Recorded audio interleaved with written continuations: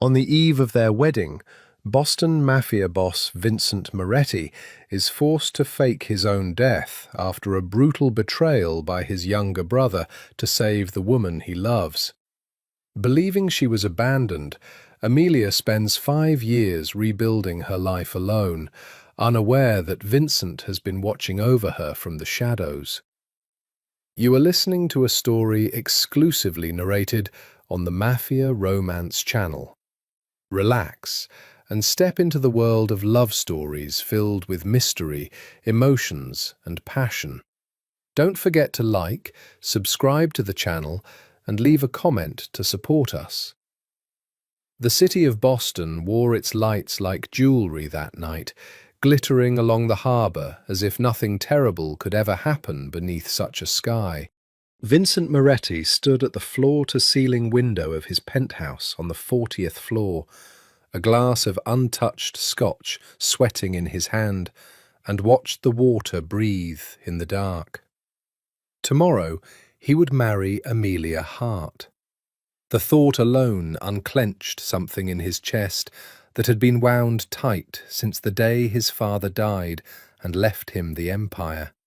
The guns, the debts, the enemies, the crown of thorns disguised as a throne. Amelia had never asked for any of it. She'd wandered into his life 2 years ago in the most unremarkable way, spilling coffee on his shirt outside a bakery near Beacon Hill, apologizing in that breathless, mortified way of someone who had never once in her life intended harm to another human being. Vincent, who had killed men for less than a stained shirt, had laughed. He hadn't laughed like that in a decade. She did not know what he was, not really. She knew he was wealthy, that men called him Sir with a kind of fear dressed up as respect, that black cars idled outside restaurants when they dined. She had asked questions early on, and he had answered with half-truths smooth as river stones, and she had let herself believe them, because she loved him, and love, when it is young and hopeful, chooses not to look too closely at the shadows. Tonight, he intended to tell her everything. "You're doing the wedding rehearsal thing wrong," said a voice behind him. "Grooms are supposed to be drunk and terrified by now, not standing here like a museum statue." Vincent didn't turn. He knew the voice, had known it since it was a boy's voice, cracking and eager, following him around their father's estate in Providence like a shadow that adored him. Dante Moretti, 26 years old, his only brother, the only blood he had left in this world that he trusted. "I gave up terror a long time ago, Dante," Vincent said. "It stopped being useful." Dante crossed the room and poured himself a drink from the same decanter, dropping into the leather chair with the loose-limbed ease of a man who had never once carried the weight Vincent carried. "You love her that much? More than the family, more than the name." Vincent finally turned, and something in his dark eyes, usually so carefully locked, softened at the mere mention of her. "I would burn all of it down for 1 more year with her." Dante's jaw ticked, almost imperceptibly, but Vincent, trained since childhood to read the smallest twitch of a man's face across a boardroom table, caught it. He didn't understand it yet. He wouldn't understand it until it was too late. "That's dangerous talk for a boss," Dante said lightly, swirling his glass. "The Sabatini family would love to hear you say that. Weakness for a woman, historically fatal." "Let them hear it." Vincent set his glass down, untouched, and something like peace moved through him. False peace, the kind that exists only in the hour before the storm breaks the house apart. "Tomorrow I marry her, Dante, and after tomorrow I want out. I want to hand you the operations in the north, keep the legitimate businesses, disappear with Amelia somewhere the Moretti name means nothing. The silence that followed was not comfortable. "You'd give it all to me," Dante said slowly, and there was something strange in his voice now. Something Vincent, blinded by love and the particular exhaustion of a man who has spent 15 years holding a gun to the world's throat just to keep his family standing, did not catch. Every share, every warehouse, every favour owed to this family, I'd sign it to you tonight, if the lawyers weren't asleep. Vincent smiled, a rare, unguarded thing. "You've earned it. You've been loyal since you were 12 years old, and Papa put a knife in your hand and told you to stop crying." Dante looked at his brother for a long moment, and there was something in his face that might have been love, and might have been grief for a decision already made, a debt already owed to men far more dangerous than a Moretti could ever hope to survive owing. "I have to go," Dante said abruptly, standing, setting his glass down half full. "Early morning, best man duties. Don't want the ring-bearer showing up drunk." "Dante." His brother paused at the door. "Thank you," Vincent said, "for everything. I mean it." Dante did not turn around. "Good night, Vincent." The door closed with a soft, final click, and Vincent Moretti, who had survived 3 assassination attempts, 2 federal investigations, and a war with the Kozlov family that had left 11 men dead in a single Tuesday, stood alone in his penthouse and felt, for the first time in years, entirely and catastrophically safe. He did not know that in exactly 6 hours, that safety would be the thing that killed him. He picked up his phone and called Amelia. She answered on the second ring, her voice thick with sleep and happiness. "Vincent," she murmured, "you're supposed to be asleep. Bad luck, seeing the groom before the wedding." "I'm not seeing you," he said. "I'm hearing you. That's different." She laughed, soft and warm, a sound that had become, over 2 years, the only true north he trusted in a life built entirely on lies. "Tomorrow," she said. "I'll be Mrs. Moretti tomorrow." "Tomorrow," he agreed, and something in his chest ached with a joy so large it frightened him, the way all things too good to be true frighten men who have spent their lives waiting for the other blade to fall. "I love you, Amelia. Whatever happens, whatever you ever hear about me, I need you to know that first, before anything else." There was a pause on the line, faint confusion in it. "Vincent, you're scaring me a little. What would I hear?" "Nothing," he said, too quickly, hating himself for it. "I'm just a sentimental groom. Go to sleep, Tesoro. Dream of white dresses." "I love you too," she whispered. "Good night, my Vincent." He hung up the phone and stood at the window a while longer, watching the harbour lights, unaware that 4 floors below, in the parking garage of his own building, his brother was meeting with 2 men in a black sedan bearing no plates, men who worked for Alexei Sabatini, the head of the only crime family in Boston with the resources and the hatred necessary to end the Moretti reign in a single night. Unaware that Dante Moretti, drowning in gambling debts he'd hidden from his brother for 3 years, debts owed to the very family that wanted Vincent dead, had made a choice 6 weeks earlier that could not be unmade. Unaware that tomorrow's wedding would never happen, that in 6 hours gunfire would tear through the sanctity of everything he loved, And the only way to save the woman sleeping peacefully 4 miles away, dreaming of a white dress and a groom who adored her, would be to make her believe, for the rest of her life, that he was dead. At 3:47 a.m., Vincent woke to the sound his body had been trained since boyhood to recognize even through the deepest sleep, the particular click of a silenced weapon's safety disengaging. He rolled off the bed a half-second before the first bullet tore through his pillow. Years of discipline, moving his body faster than conscious thought. 2 men in black tactical gear stood in his bedroom doorway, and behind them, in the hallway light, a third figure Vincent recognized with a violence that struck harder than any bullet. Dante.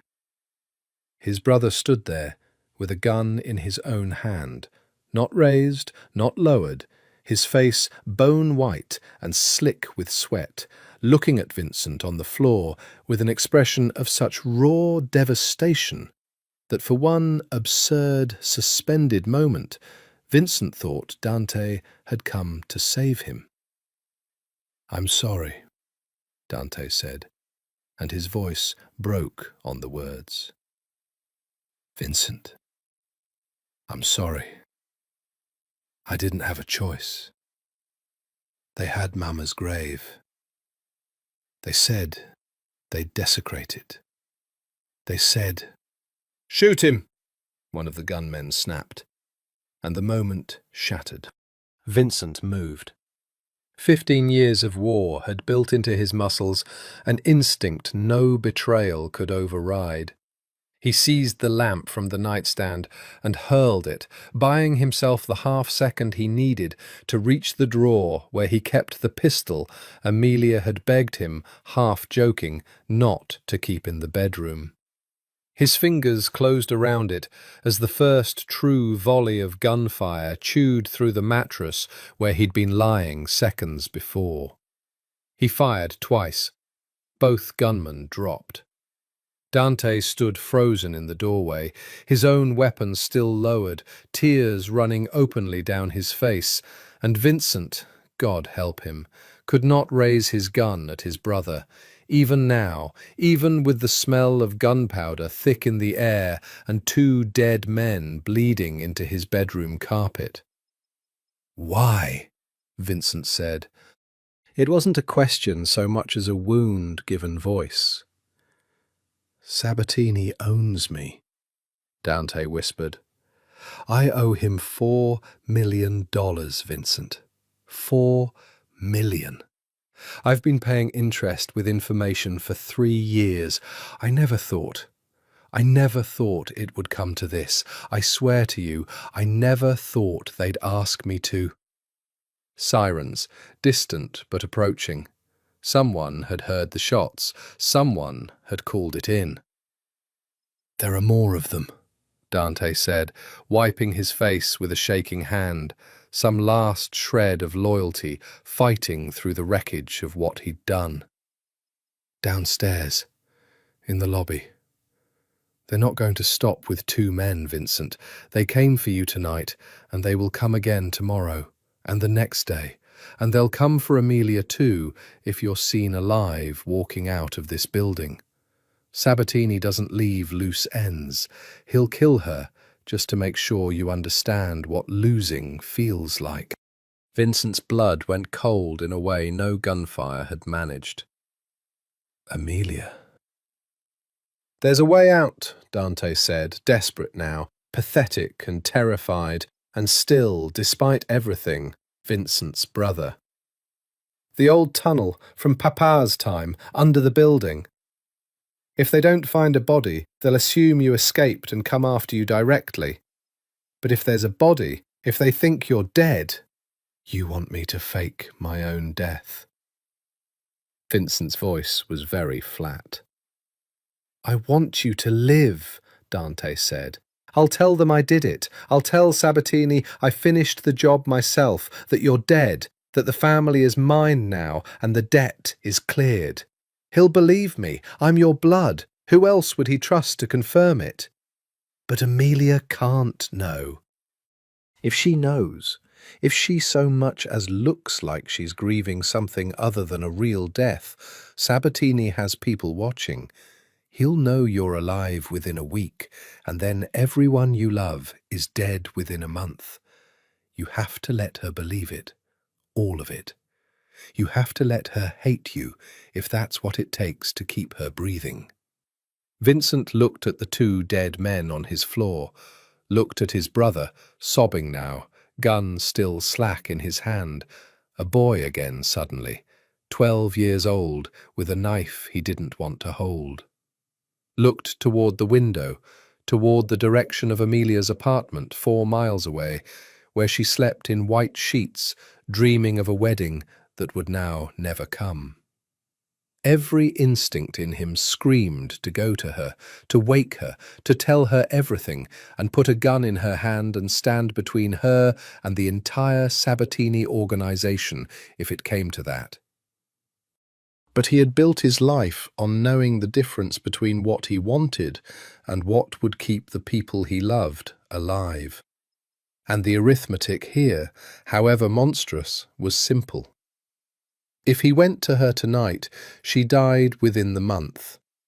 If he disappeared, truly disappeared, let the world believe Vincent Moretti bled out on his own bedroom floor, she lived.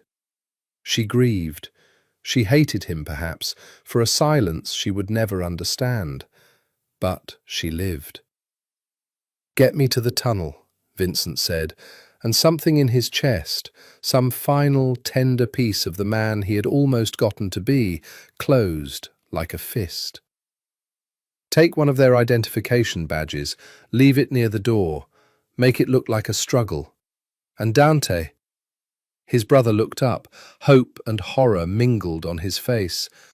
"If you ever tell her the truth without my permission, if you ever put her in a single ounce more danger than tonight already has, I will kill you myself, blood or not. Do you understand me?" "I understand," Dante whispered.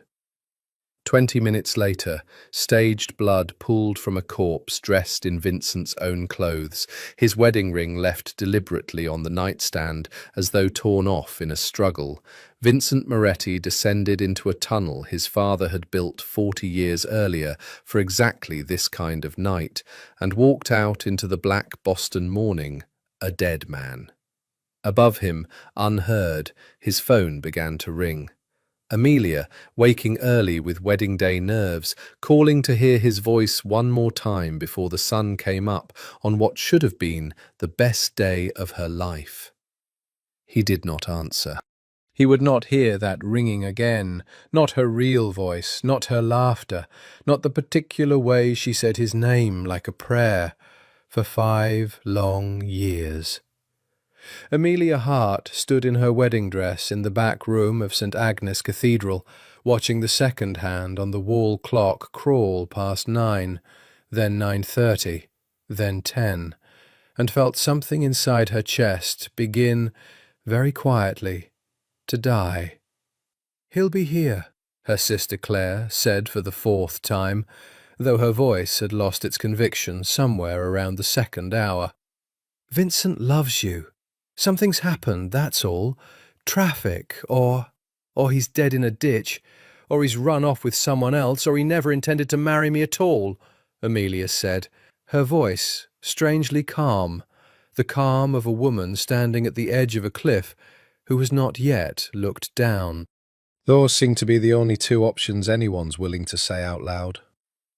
By noon, the police had been called, not by Amelia, who could not bring herself to dial the number, but by Claire, frantic, certain something had gone terribly wrong. By 4 in the afternoon, detectives stood in the ruin of Vincent Moretti's penthouse, and Amelia sat in a hard plastic chair at the precinct in her wedding dress, still wearing it, unable to bring herself to change out of the only thing that still connected her to the morning when she had believed, with her whole foolish heart, that she was about to become someone's wife. A detective with kind, tired eyes crouched in front of her. "Miss Hart, I need to tell you something, and I need you to understand it's preliminary. We don't have full confirmation yet, but—" There was a body found in Mr. Moretti's residence. Signs of a struggle. We believe he's dead, Amelia said, before the man could finish, because some part of her had known it the moment she heard his silence on the phone that morning. Some animal instinct that recognizes catastrophe before the mind can name it. We believe so, yes. I'm very sorry. She did not cry in that plastic chair.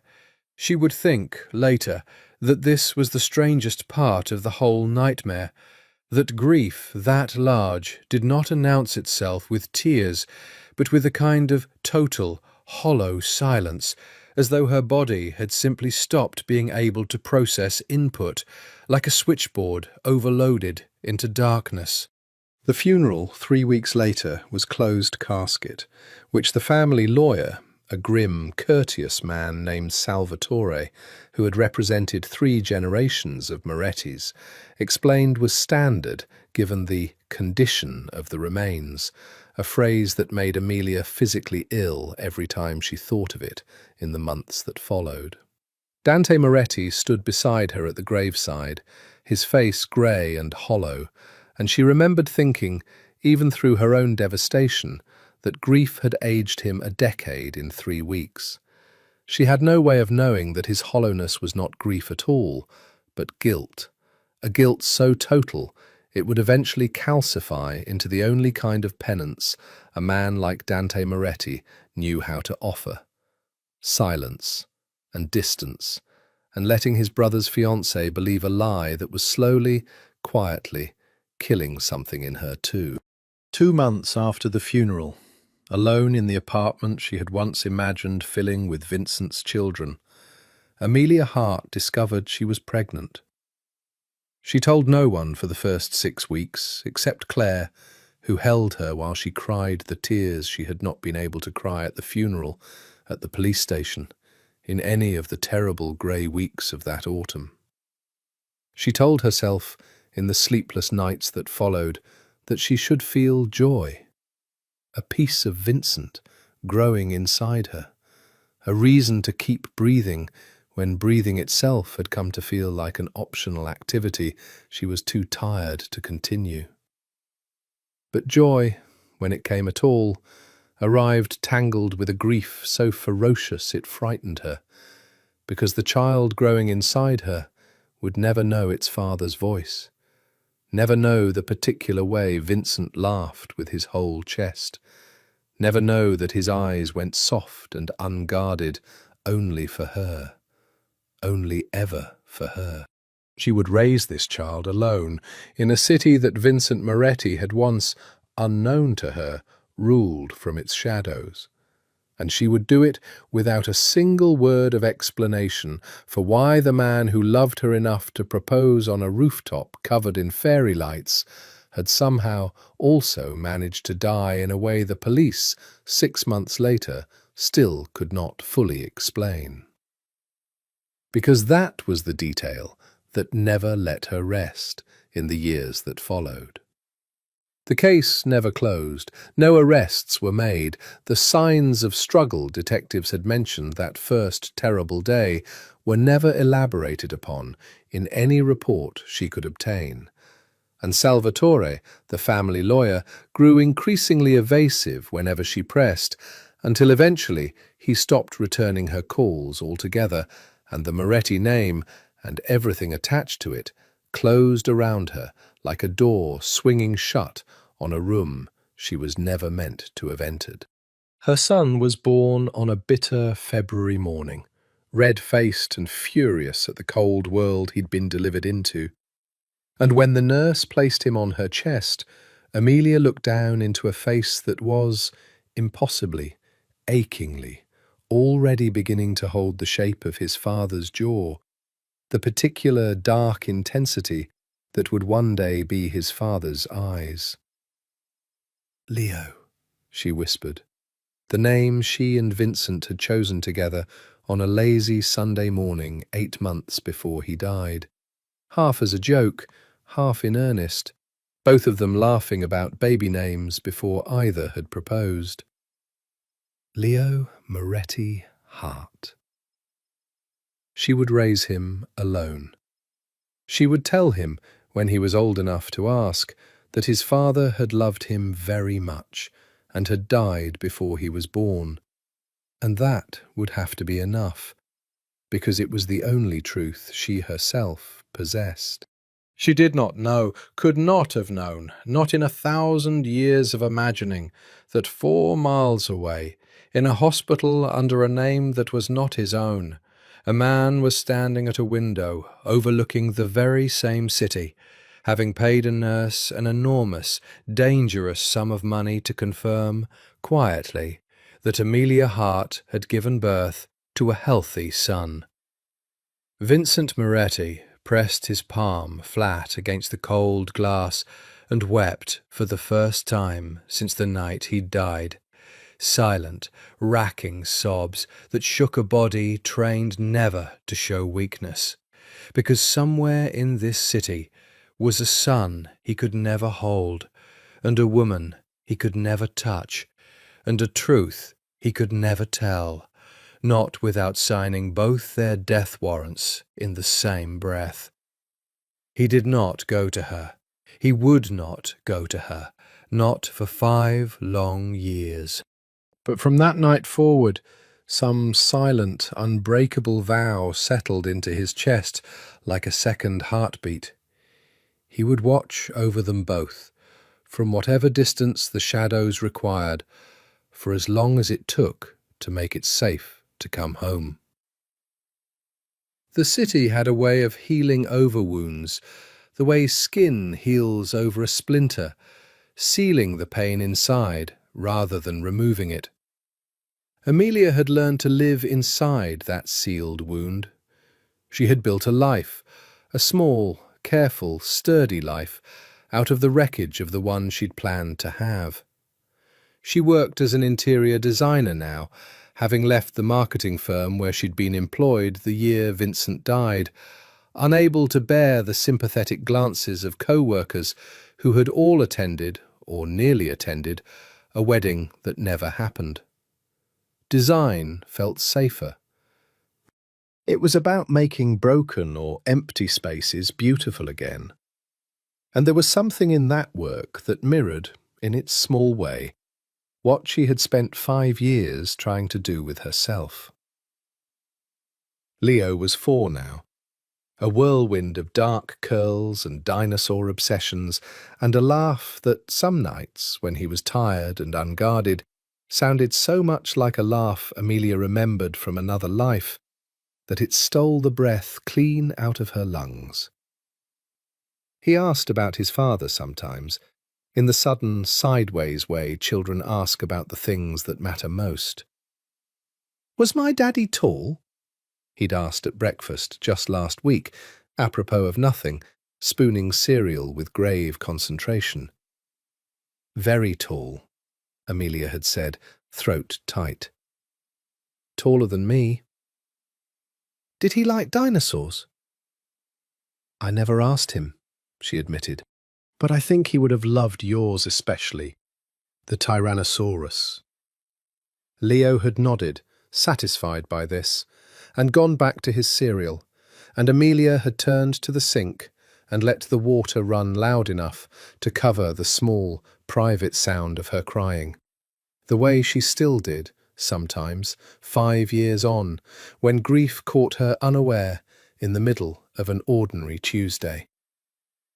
They lived now in a narrow brownstone in South Boston, a modest 3-story building she had bought with the small settlement Salvatore's firm had eventually, grudgingly, arranged. Guilt money, she suspected, though for what precisely she was never quite told. The neighbourhood was quiet, tree-lined, full of families and dog walkers, and the particular unglamorous safety of a place nobody with money or power had any reason to notice.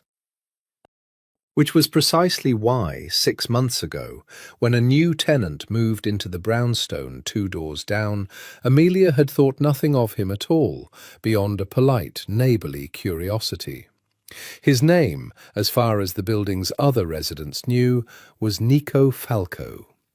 He was tall, very tall, Leo would have said, with dark hair silvering faintly at the temples, despite what could not have been more than his late 30s, and eyes so dark they seemed, in certain light, to hold no bottom at all.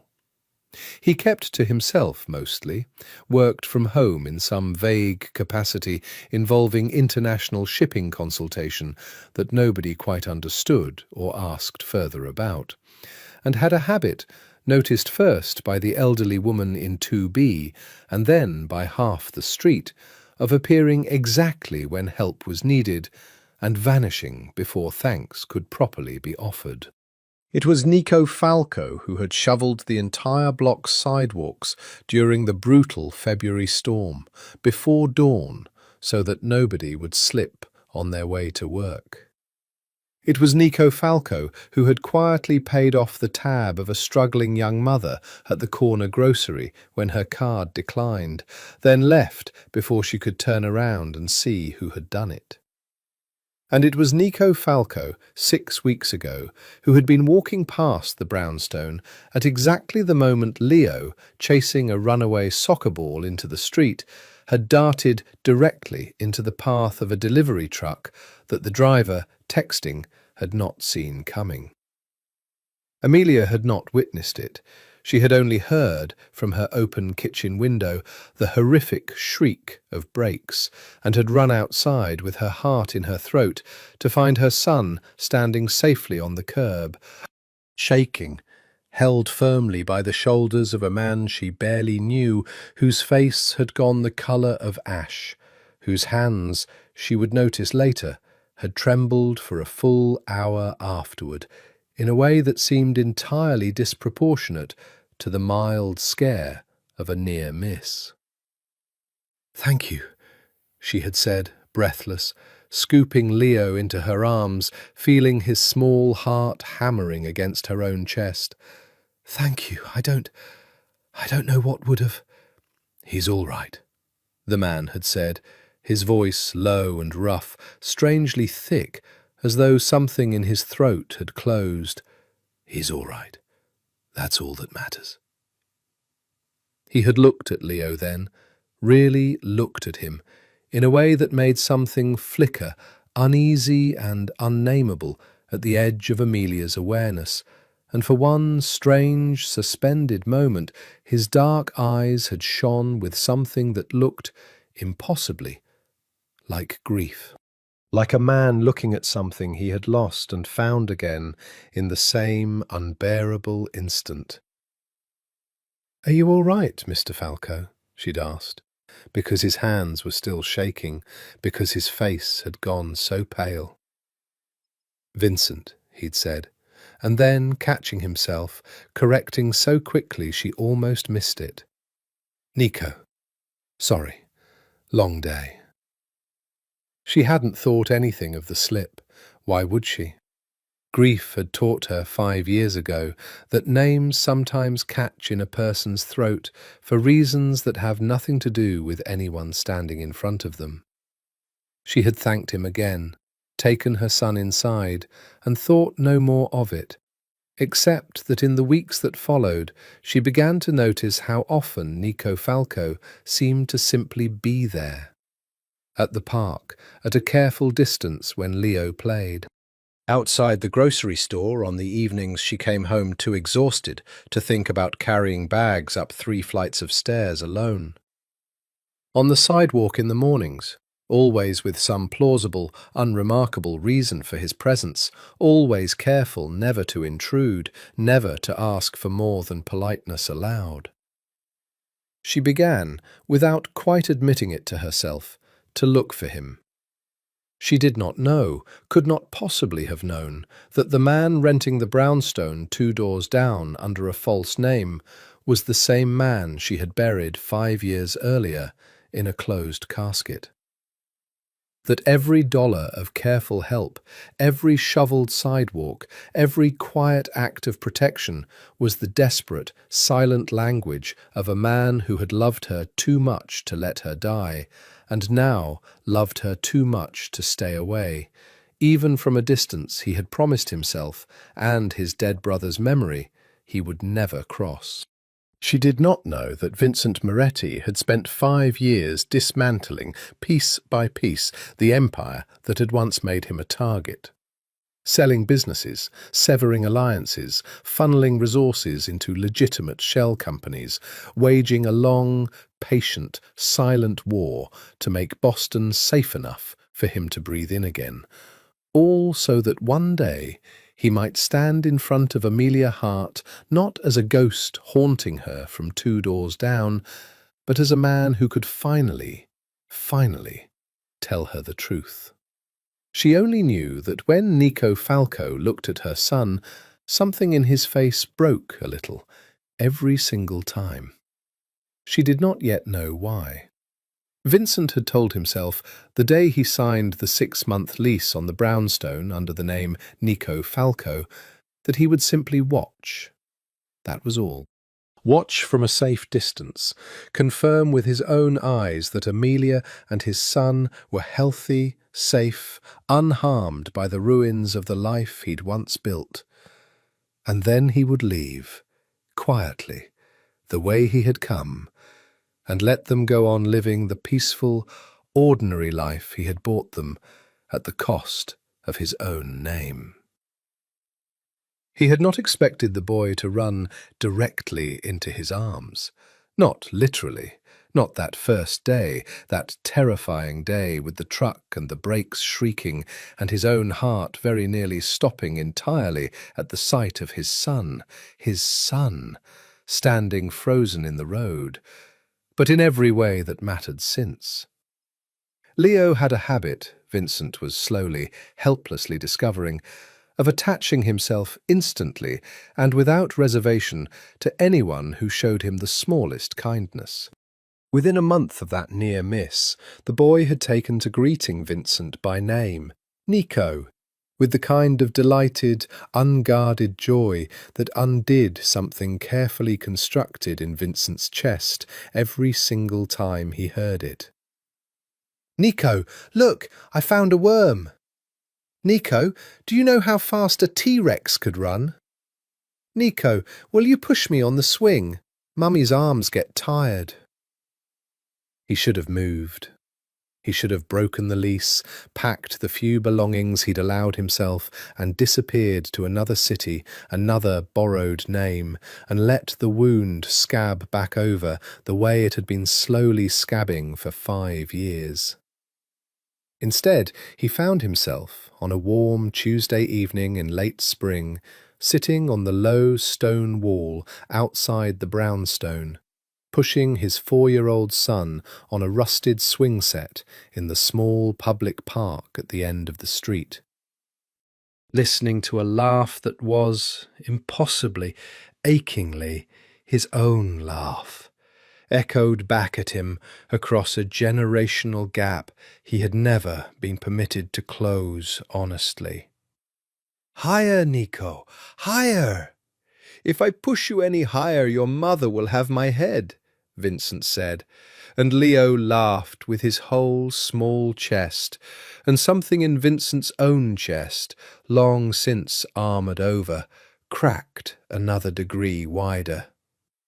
"You're really good with him," Amelia said, appearing at the edge of the park with 2 coffees, offering him one without quite meeting his eyes, a habit he'd noticed she had whenever their conversations edged toward anything personal. "You don't have kids of your own?" The question landed like a blade between his ribs, precise and unexpected. "No," he said, and the single syllable cost him more than she could ever know. "I don't." "You'd be good at it," she said, settling onto the wall beside him, close enough that he could smell the particular clean scent of her shampoo, a scent that had haunted 5 years of restless nights in cities across 3 continents. "He's usually shy with new people. He warmed up to you so fast it actually surprised me." "Kids know," Vincent said carefully, "when someone means them well." Amelia was quiet a moment, watching her son swing, his dark curls catching the last gold light of the evening. "His father died before he was born," she said, the words coming out with the particular, flat, worn quality of a story told so many times it had lost its original sharpness. Though Vincent, watching her carefully, saw the small tightening at the corner of her mouth that suggested the wound beneath the flatness was still very much alive. "I don't talk about it much. But you asked about kids, so I don't know why I'm telling you this." "You don't have to explain anything to me," Vincent said, his voice rougher than he intended. "I know, She laughed, a small, self-deprecating sound. "It's strange. You're almost a stranger, and somehow it's easier to say it to you than to people who actually knew him. Everyone who knew Vincent has an opinion about what happened. My sister thinks he was a saint. His family lawyer clearly thinks I should stop asking questions. You're just new. Uncomplicated." If she had struck him across the face, it would have hurt less than that word. Uncomplicated. "What was he like?" Vincent heard himself ask, hating himself instantly, unable to stop, starved for even this small, indirect, agonizing way of hearing her speak of him. Amelia's face changed, softened, opened, in a way Vincent had not seen in 5 years of watching from careful distances. "He was—" She paused, searching. "He was the most intense person I've ever met. Like everything he felt completely. When he loved you, you knew it, in your bones, every single day. And he was funny, underneath all that intensity, in this dry, unexpected way that used to catch me off guard." She glanced toward Leo, swinging, gap-toothed and gleeful, and something in her face cracked open with a grief so raw and unguarded that Vincent had to look away, had to fix his eyes on his own hands, gripping the edge of the stone wall until his knuckles went white. "He had this way of looking at me like I was the only thing in the room that mattered. I haven't been looked at like that since." Vincent said nothing. He could not trust his voice. "I'm sorry," Amelia said, misreading his silence, touching his arm briefly, an ordinary, kind, devastating gesture. "That's a lot to unload on a neighbour over coffee." "Don't apologise," Vincent managed. "He sounds like he loved you very much."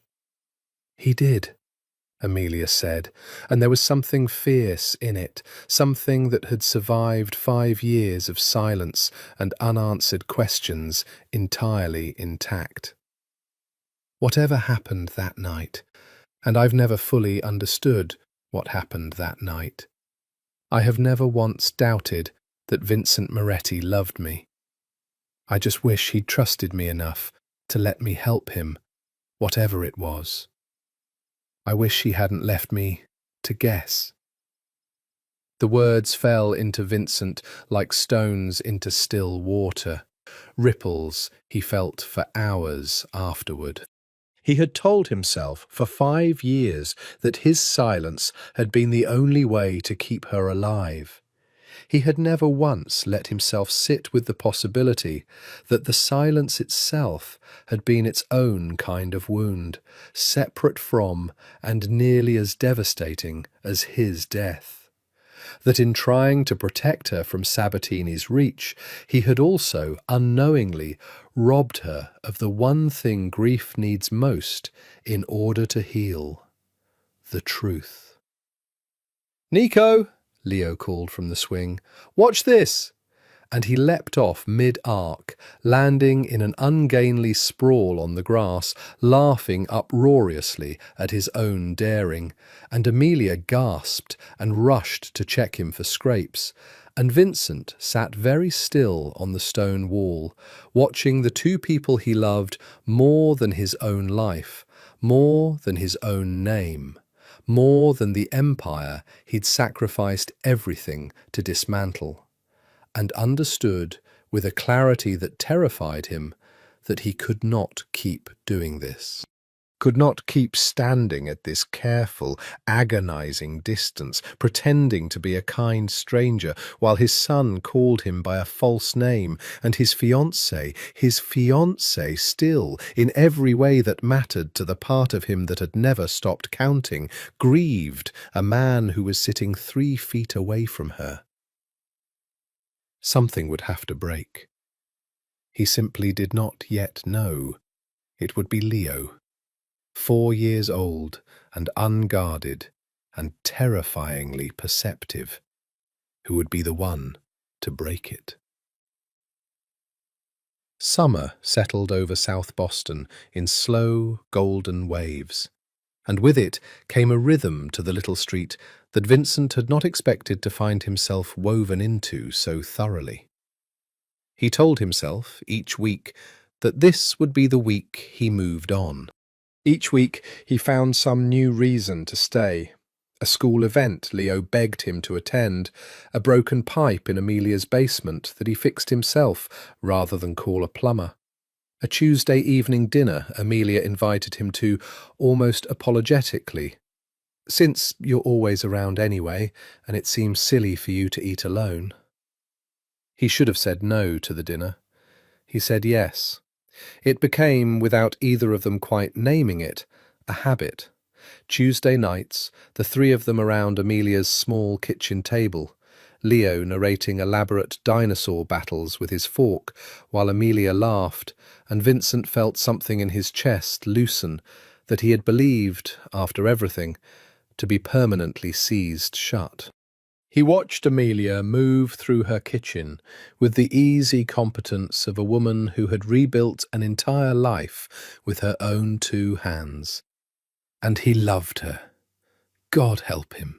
He loved her more now, having watched her survive what he'd done to her, than he had loved the softer, less battle-tested woman he'd proposed to 5 years ago. It was on one of these Tuesday nights, in early July, that Leo asked the question that would end everything. Amelia had stepped out to the porch to take a call from Claire, leaving Vincent alone with the boy at the table, both of them elbow-deep in the ruins of a half-finished puzzle depicting the solar system. Leo worked in the careful, absorbed silence of a child fully engaged in a task, fitting Saturn's rings into place with his small tongue poking out in concentration, and Vincent watched him with the specific, aching tenderness of a man who had missed 4 years of exactly this. Every ordinary evening, every puzzle, every gap-toothed grin he had no right to have missed, and no way to ever get back. "Nico," Leo said, not looking up from the puzzle, "can I ask you something?" "Anything," Vincent said, and meant it more than the boy could possibly know. "Do you love my mummy?" The question landed in Vincent's chest like a physical blow. He should have deflected. He'd had 5 years of training in deflection, in the careful construction of half-truths that protected everyone involved. Instead, faced with his own son's wide, guileless, dark eyes that were, he had noticed with an ache that never fully faded, his own eyes exactly, he found he could not lie. "Yes," Vincent said quietly, "I do." Leo nodded, as though this confirmed something he'd already suspected, and went back to the puzzle for a long moment, and Vincent allowed himself to hope, foolishly, that the conversation had reached its natural end. "Then why," Leo asked, still not looking up, his small brow furrowed with the particular grave seriousness children bring to questions adults spend their whole lives avoiding. "Do you always cry when you look at her?" The room seemed to tilt. "I don't cry," Vincent said, and his voice came out rougher than he intended. "You do," Leo said, finally looking up, entirely matter of fact, entirely without malice, the way only a small child can deliver a devastating truth. "Your eyes get all shiny and wet, like Mummy's do when she looks at the pictures of my daddy." "You do it every time she's not looking. I see it. I'm little, but I see lots of things." Vincent sat frozen, a puzzle piece shaped like Jupiter's great red spot pinched between his fingers, and looked at his son. Really looked at him, in the unguarded, terrified way he had spent 5 months carefully avoiding, and felt the entire architecture of his careful lie begin, quietly, irrevocably, to collapse. "I had somebody I loved very much," Vincent said slowly, choosing each word as though it might detonate. "Who I lost a long time ago. Sometimes, when I look at your mummy, she reminds me of that person. That's all it is, Leo. It's not a bad kind of crying. It's just remembering." It was not strictly a lie.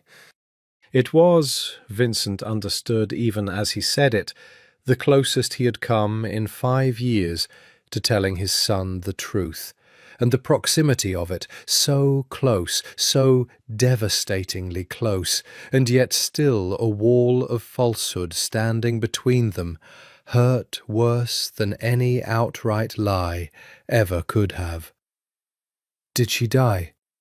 Leo asked, with the frank curiosity of a child who had grown up around death without ever quite understanding its weight. "The person you loved?" "No," Vincent said, and something in his throat closed around the word. "She's very much alive. I just haven't been able to tell her how I feel yet." "Why not?" Leo asked, with the beautiful, brutal logic of a 4-year-old for whom love had never once seemed complicated. "If you love somebody, you should just tell them. That's what Mummy says. She says the worst thing in the whole world is not saying things you should have said." Vincent looked at his son, at the small, fierce, entirely unknowing face of the boy who had spent every Tuesday night for 2 months eating dinner across the table from his own father, without either of them saying the words that would change everything, and felt something break open in his chest, wide and irreversible. "Your mummy's very wise," he said, his voice thick. "I know," Leo said, with great satisfaction, and went back to the puzzle, as though the conversation for him had reached a perfectly ordinary, unremarkable conclusion, entirely unaware that he had just cracked open 5 years of carefully guarded silence with a single, unguarded child's question. Through the kitchen window, Vincent could see Amelia on the porch, phone pressed to her ear, laughing at something Claire had said, the porch light catching the gold in her hair, and he understood, with a clarity that arrived like a physical wound, that he could not do this any more, could not sit at her table one more Tuesday wearing a stranger's name, could not watch his son grow 1 more inch, learn 1 more word, ask 1 more devastating, innocent question, without telling them both the truth, whatever it cost him, whatever danger it might still carry, whatever right he had forfeited 5 years ago to ever ask for her forgiveness. He did not know, sitting there with Jupiter's great red spot still pinched between his fingers, that the reckoning would come that very night, in a rainstorm that would sweep across South Boston with biblical fury, and that before the sun rose again, Amelia Hart would learn the truth of the 5 years she had spent grieving a man who had never actually died at all. The rain began just after 9, a low grumble of thunder rolling in off the harbour that sent Leo, full of pasta and dinosaur facts and the particular boneless exhaustion of a well-loved child, up to bed without complaint, tucked in by his mother, while Vincent lingered in the doorway of Amelia's small kitchen, unable to leave, unable to stay, caught in a limbo that had defined the entirety of the past 5 months, and could not, he understood now, with the boy's questions still ringing in his ears, define 1 single hour more. "You're quiet tonight," Amelia said, coming back downstairs, drying her hands on a dish towel, studying him with the particular perceptiveness that had, he suspected, made her exceptionally difficult to lie to even before he'd started actively trying. "More than usual, and you're usually pretty quiet." "Leo asked me a question earlier," Vincent said, "while you were on the porch." Something flickered across Amelia's face, not alarm exactly, but a kind of alert attention, the look of a mother accustomed to her son's occasional, unfiltered directness. "What did he ask?"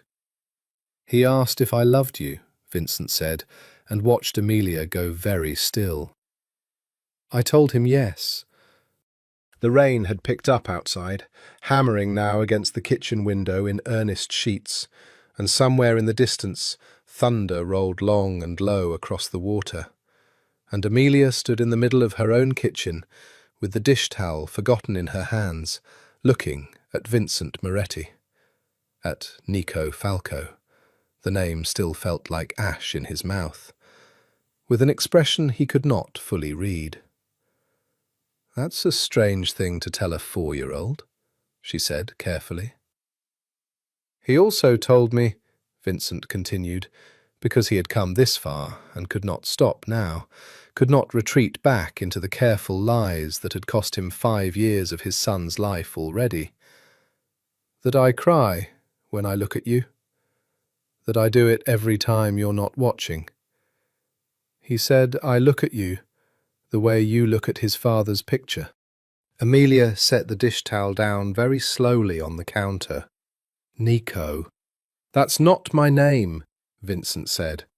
The kitchen went silent except for the drumming rain, and Vincent watched something shift in Amelia's face. Confusion first, then a kind of dawning, disbelieving alarm. The particular expression of a person whose mind is racing ahead of what they're prepared to hear, trying to construct innocent explanations for a sentence that admits of none. "What are you talking about?" she said, and it wasn't quite a question.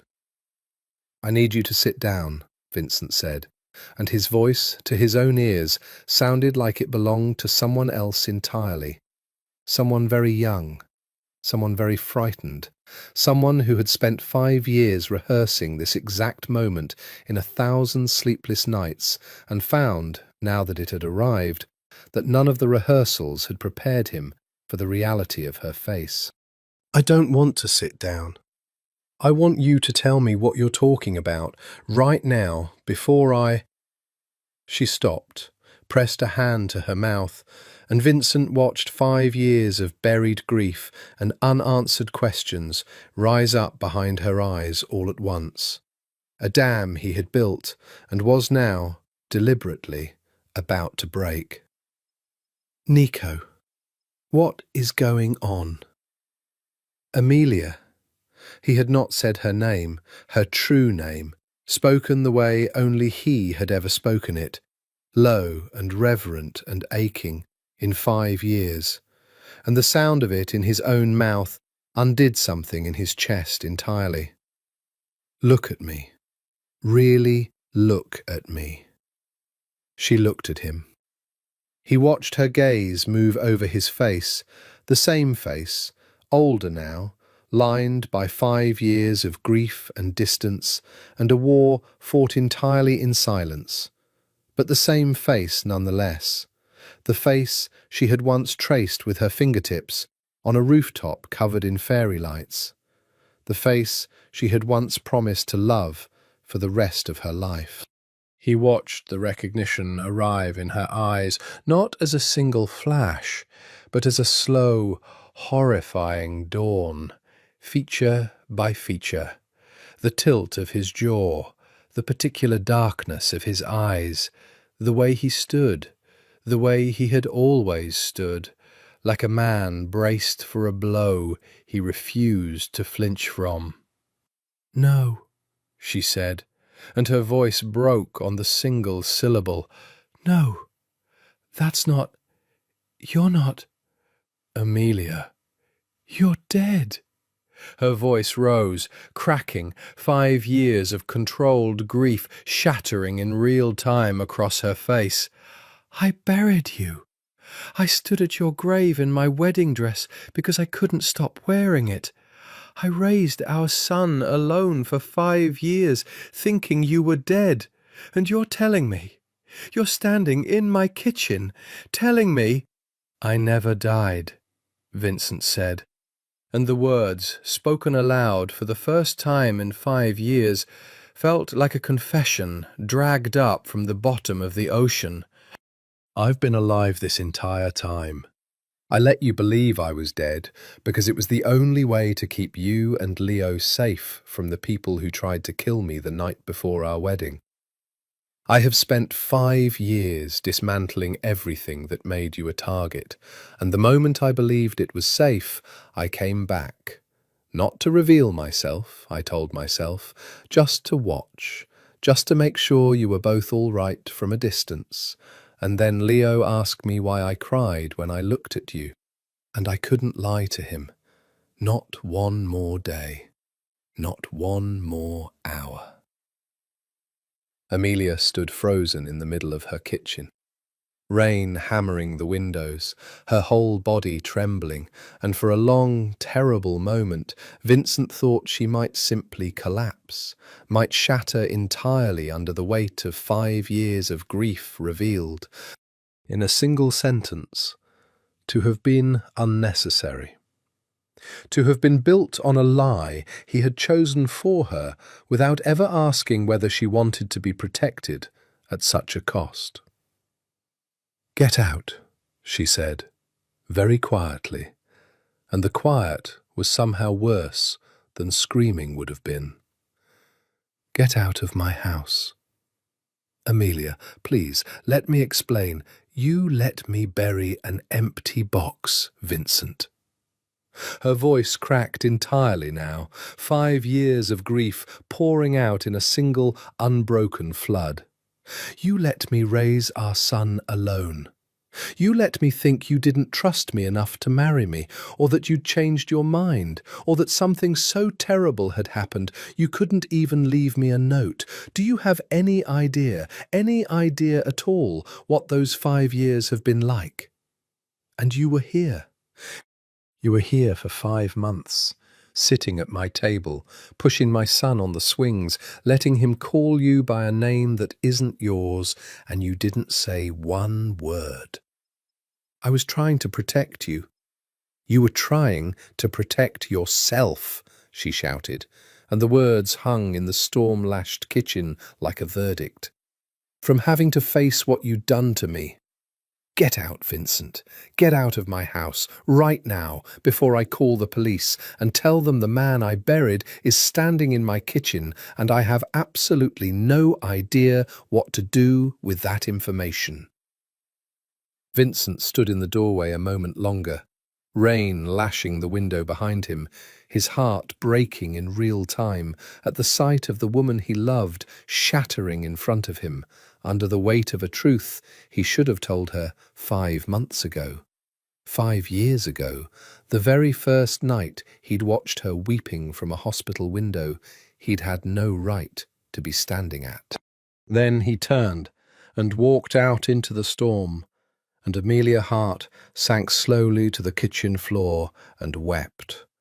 For the wedding that never happened. For the 5 years of grief that had, apparently, all been for nothing. For the son upstairs, who had unknowingly spent 5 months building a bond with the father he'd been told was dead, and did not hear, over the sound of her own devastation, the particular soft creak of the stairs behind her, or see her son standing in the doorway in his pyjamas, having heard every single word. Leo stood very still at the bottom of the stairs, his stuffed T-Rex clutched against his chest, watching his mother cry on the kitchen floor in a way he had only seen once before, years ago, on a night he barely remembered, the night he would understand only much later, that had been the anniversary of his father's death. "Mummy?" Amelia's head snapped up, and she scrubbed frantically at her face with the back of her hand, the useless automatic gesture of every parent who has ever been caught mid-collapse by a small witness. "Baby, you're supposed to be asleep. Was that my daddy?" Leo asked, with the terrifying directness that Vincent had already learned over 5 months of Tuesday dinners was entirely characteristic of him. "Was Nico my daddy?" Amelia's face crumpled entirely, and Leo crossed the kitchen and climbed into her lap without waiting to be invited, the way he had done 1,000 times before, when he sensed, with the wordless empathy of very young children, that his mother needed holding more than she needed answering. And Amelia wrapped her arms around her son and rocked him on the kitchen floor while the storm raged outside, and did not, for a long while, say anything at all. "I heard him say he loves you," Leo said eventually, muffled against her shoulder. "And I heard you say he let you think he was dead. Is that true? Is Nico really my daddy?" "I think so, baby," Amelia whispered, because she could not, even now, even furious and shattered and reeling, bring herself to lie to her son, the way she had just discovered Vincent had lied to her for 5 years. "I think he is." "Then why did you tell him to leave?" Leo pulled back, looking at his mother with an expression of pure, uncomplicated confusion, the particular bewilderment of a child for whom the return of a long-lost parent seemed like the most obviously wonderful thing that could possibly happen, entirely unclouded by the adult complexities of betrayal and grief and 5 stolen years. "I liked Nico. I like him a lot. If he's my daddy, isn't that good?" "It's complicated, sweetheart," Amelia said, the words tasting like ash even as she said them, hearing in her own voice the echo of every evasive adult who had ever told a child that grief and love could not simply, purely coexist without complication. "You always say I should tell people when I'm sad, instead of yelling at them," Leo said, with the devastating moral clarity unique to 4-year-olds. "You said that to me last week when I got mad at Tommy for breaking my dinosaur. You said being mad doesn't fix things, but talking does." Amelia let out a sound that was half a sob and half a broken, disbelieving laugh, because her own son had just, without any apparent awareness of the enormity of what he was doing, thrown her own parenting advice back at her at the exact moment she least wanted to hear it and most needed to. "It's not the same thing, Leo." "Why not?" She had no answer for him. She sat on her kitchen floor in the wreckage of 5 years of carefully constructed grief, holding the son she had raised entirely alone, and found that she genuinely, in that moment, did not have an answer for her own 4-year-old that adequately explained why 5 years of pain did not simply dissolve the moment the person who'd caused it appeared, however remorseful, however loving, in her kitchen doorway. Outside, the storm had not eased. If anything, it had worsened. Wind driving rain sideways against the windows in great grey sheets. And somewhere in the back of her mind, even through her grief, Amelia registered a small, unwelcome flicker of worry. Vincent had walked out into that storm with nowhere, as far as she knew, to properly shelter, having presumably abandoned the pretense of the brownstone 2 doors down the moment his real name left his mouth. "Where did he go?" Leo asked, as if reading her thoughts, twisting to look toward the dark window. "I don't know, baby." "Is he coming back?" Amelia did not answer, because she genuinely did not know. Did not know if Vincent Moretti, having finally told her the truth after 5 years of silence, would consider his obligation discharged and disappear again into whatever shadowed life he'd built for himself, or whether he would fight, the way the Vincent she remembered had always fought for the things he loved, with a ferocity that had once made her feel like the safest, most cherished woman alive. She thought of him standing in her kitchen doorway, rain-soaked hair, dark eyes wet with an emotion she had refused, in her fury, to let herself fully witness. She thought of 5 months of Tuesday dinners, of a man who had shovelled her sidewalk in the dark before dawn, paid a stranger's grocery bill in secret, thrown himself in the path of danger to save her son from a truck he could not have known was coming unless some deeper animal instinct had recognized his own blood in the road. She thought of the particular way he had looked at Leo every single time, with an expression she had mistaken for simple neighbourly warmth, and now understood to have been a father's unbearable, silent grief. "I don't know if he's coming back," she said, finally, honestly, to her son. "But I think I need to find out." She carried Leo up to bed, tucked him in with the T-Rex clutched against his chest, and sat on the edge of his bed a long while, listening to the storm, turning over 5 years of grief and 5 months of careful lies and one devastating, honest confession, trying to find some solid ground in the wreckage of everything she thought she'd known about her own life. It was nearly midnight when she finally went to the window and looked down at the street, half expecting it to be empty, half dreading and half hoping to see him still there. He was still there. Vincent Moretti stood on the sidewalk outside her house, soaked entirely through, unmoving, staring up at her lit windows with an expression of such total, unguarded devastation that Amelia's breath caught in her throat. He had not left. He had not gone back to whatever shadowed refuge he'd built for himself. He had simply stood there in the pouring rain for the better part of 2 hours, unable to leave the only home that had ever truly mattered to him. Waiting. For what, she did not yet know. Whether forgiveness or simply the mercy of one more glimpse of the life he'd sacrificed everything to protect from a distance. Amelia stood at the window a long moment, her hand pressed flat against the cold glass, watching the man she had buried 5 years ago stand vigil in a storm outside the house he had helped, unknowingly, to fill with a child who was unmistakably his own. Then, very slowly, she went downstairs and opened the front door. The door opened, and Vincent looked up from the flooded sidewalk to see Amelia standing in the frame of golden light spilling from her hallway, and something in his chest, already raw and exposed, tore open entirely.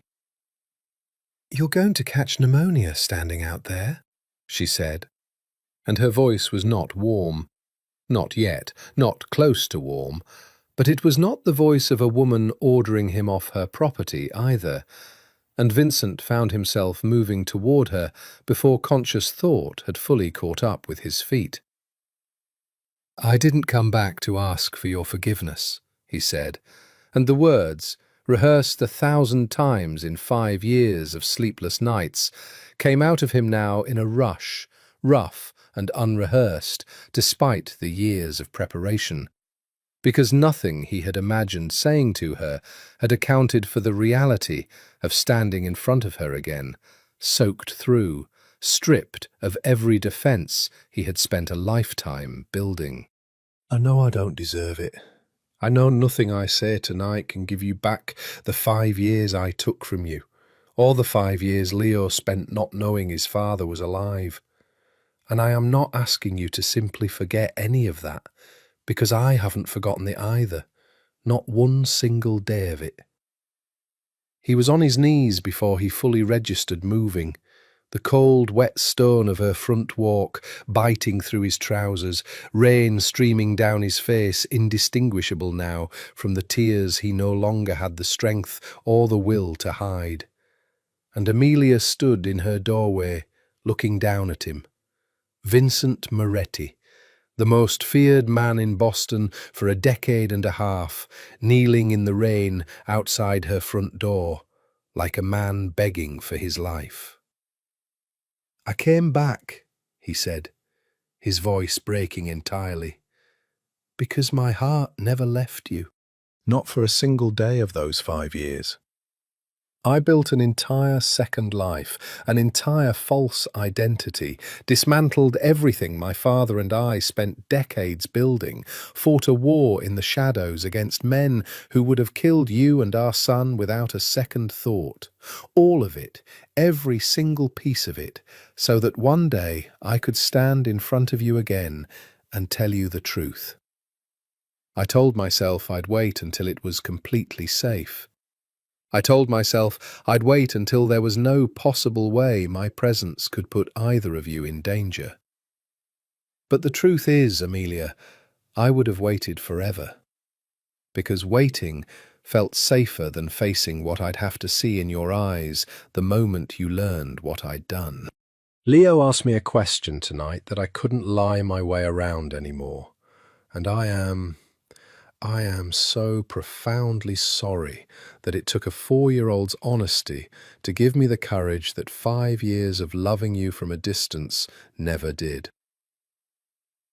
Amelia stood in the doorway a long moment, rain misting sideways to touch her face, her arms wrapped tight around herself, and Vincent knelt in the flooding street and let her look at him, really look at him, the way she had refused to fully look at him in the kitchen, taking in every line grief and war had carved into a face she had once known better than her own. "Why," she said finally, her voice raw, "didn't you send word? Even once? A letter, a phone call, anything? 5 years, Vincent, 5 years I stood at a grave that had nothing in it. 5 years I told our son bedtime stories about a father who was, apparently, alive this entire time, close enough that he moved 2 doors down from us and let his own son call him by a stranger's name. Because Sabatini had eyes everywhere," Vincent said. "Because the man who betrayed me, my own brother, Amelia, my own blood, warned me that any sign of contact, any indication at all that I was still breathing, would be a death sentence for you, and, once I learned of him, for our son. I spent the first 2 years simply surviving, rebuilding resources under names that couldn't be traced. I spent the next 2 dismantling the very organization that made you a target, piece by piece, selling businesses, severing every alliance, until there was nothing left of the Moretti empire that any rival family had reason to still care about.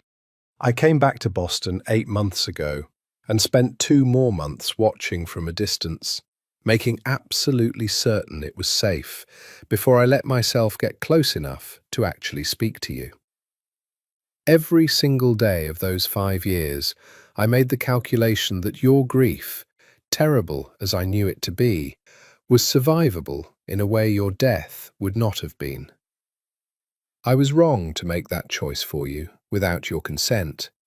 I understand that now, fully, and I will spend whatever years you allow me trying to make it right. But I was not wrong that the danger was real, Amelia. I was not lying about that, even if I was wrong about everything else. The rain had soaked entirely through both of them now, Amelia standing in her doorway with her cardigan plastered dark against her shoulders, Vincent kneeling on the flooded walk, with water running in rivulets down a face that had aged 5 hard years since she'd last touched it. "Get up," she said finally, quietly. "Please, get up, Vincent. I can't have this conversation with you on your knees in the street like some kind of penance. Get up." He rose, slowly, and for a moment they simply stood there, 3 feet apart, rain hammering the pavement between them, 5 years of grief and love and betrayal and longing crowded into that small, drenched distance. "I don't know how to just forgive this," Amelia said, her voice shaking. "I don't know how to just fold 5 years of grief up into a box and put it away because you finally decided to tell me the truth. I raised our son alone, Vincent. I went to a therapist for 2 years because I couldn't understand why my grief never resolved into anything like peace. I dated exactly 1 man in 5 years and broke it off after 3 months because some part of me apparently never stopped believing you were still out there, somehow, which now turns out to have been true in the most literal, infuriating way possible." "I'm not asking you to forgive me tonight," Vincent said. "I'm not asking you to forgive me this month or this year. I am asking you, if you'll allow it, to let me start proving, in whatever small ways you'll permit, that everything I did because I loved you and our son more than I loved my own survival. I'll answer every question. I'll tell you everything, every detail of that night, every year since, everything Dante did, and everything I've done to try to atone for it. I am not going anywhere, Amelia, whether you let me back into your life or not. I will not disappear on you again. That much, at least, I can promise you, absolutely." Amelia stood in her doorway, a long, silent moment, the rain beginning finally to ease into a softer, steadier fall, and looked at the father of her child, the man she had loved, buried, grieved, and now impossibly found alive, and felt something in her chest that was not yet forgiveness, was not yet anything so simple or so complete, but was, perhaps, the very first fragile step toward it. "Come inside," she said finally. "You're soaked through, and Leo will want to see you in the morning, and I am not ready to send you back out into that storm, whatever else I'm not ready for yet." Vincent followed her inside, out of the rain, into the golden light of the house where his son slept upstairs, and understood, with a gratitude so profound it nearly buckled his knees a second time, that he had just been given something he had not truly believed in 5 years of exile he would ever be given again. A chance. They sat at the kitchen table where, hours earlier, a puzzle of the solar system had sat half-finished, now cleared away, replaced by 2 cups of tea neither of them touched, and Vincent told her everything.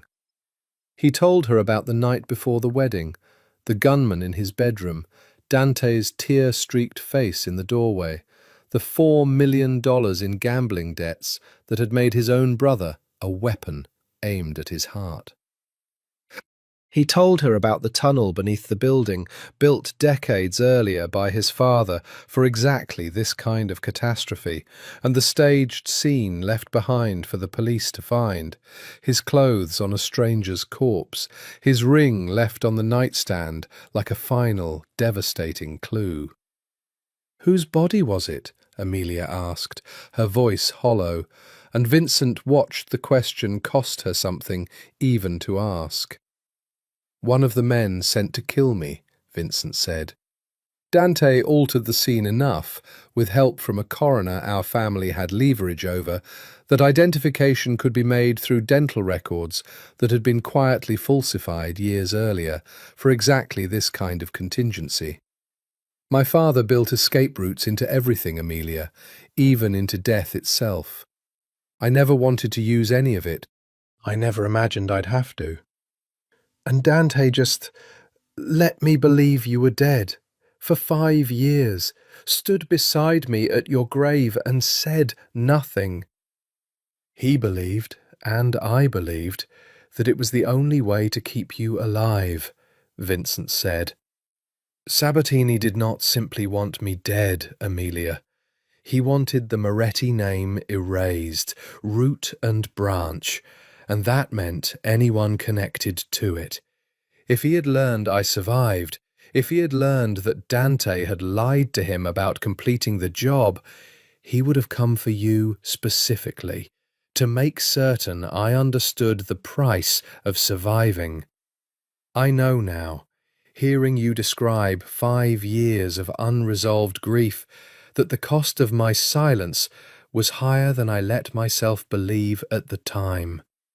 But I want you to understand, I did not choose an easy path over a hard one. I chose the path I believed with everything I had was the only way to keep you and, once I learned of him, our son, breathing."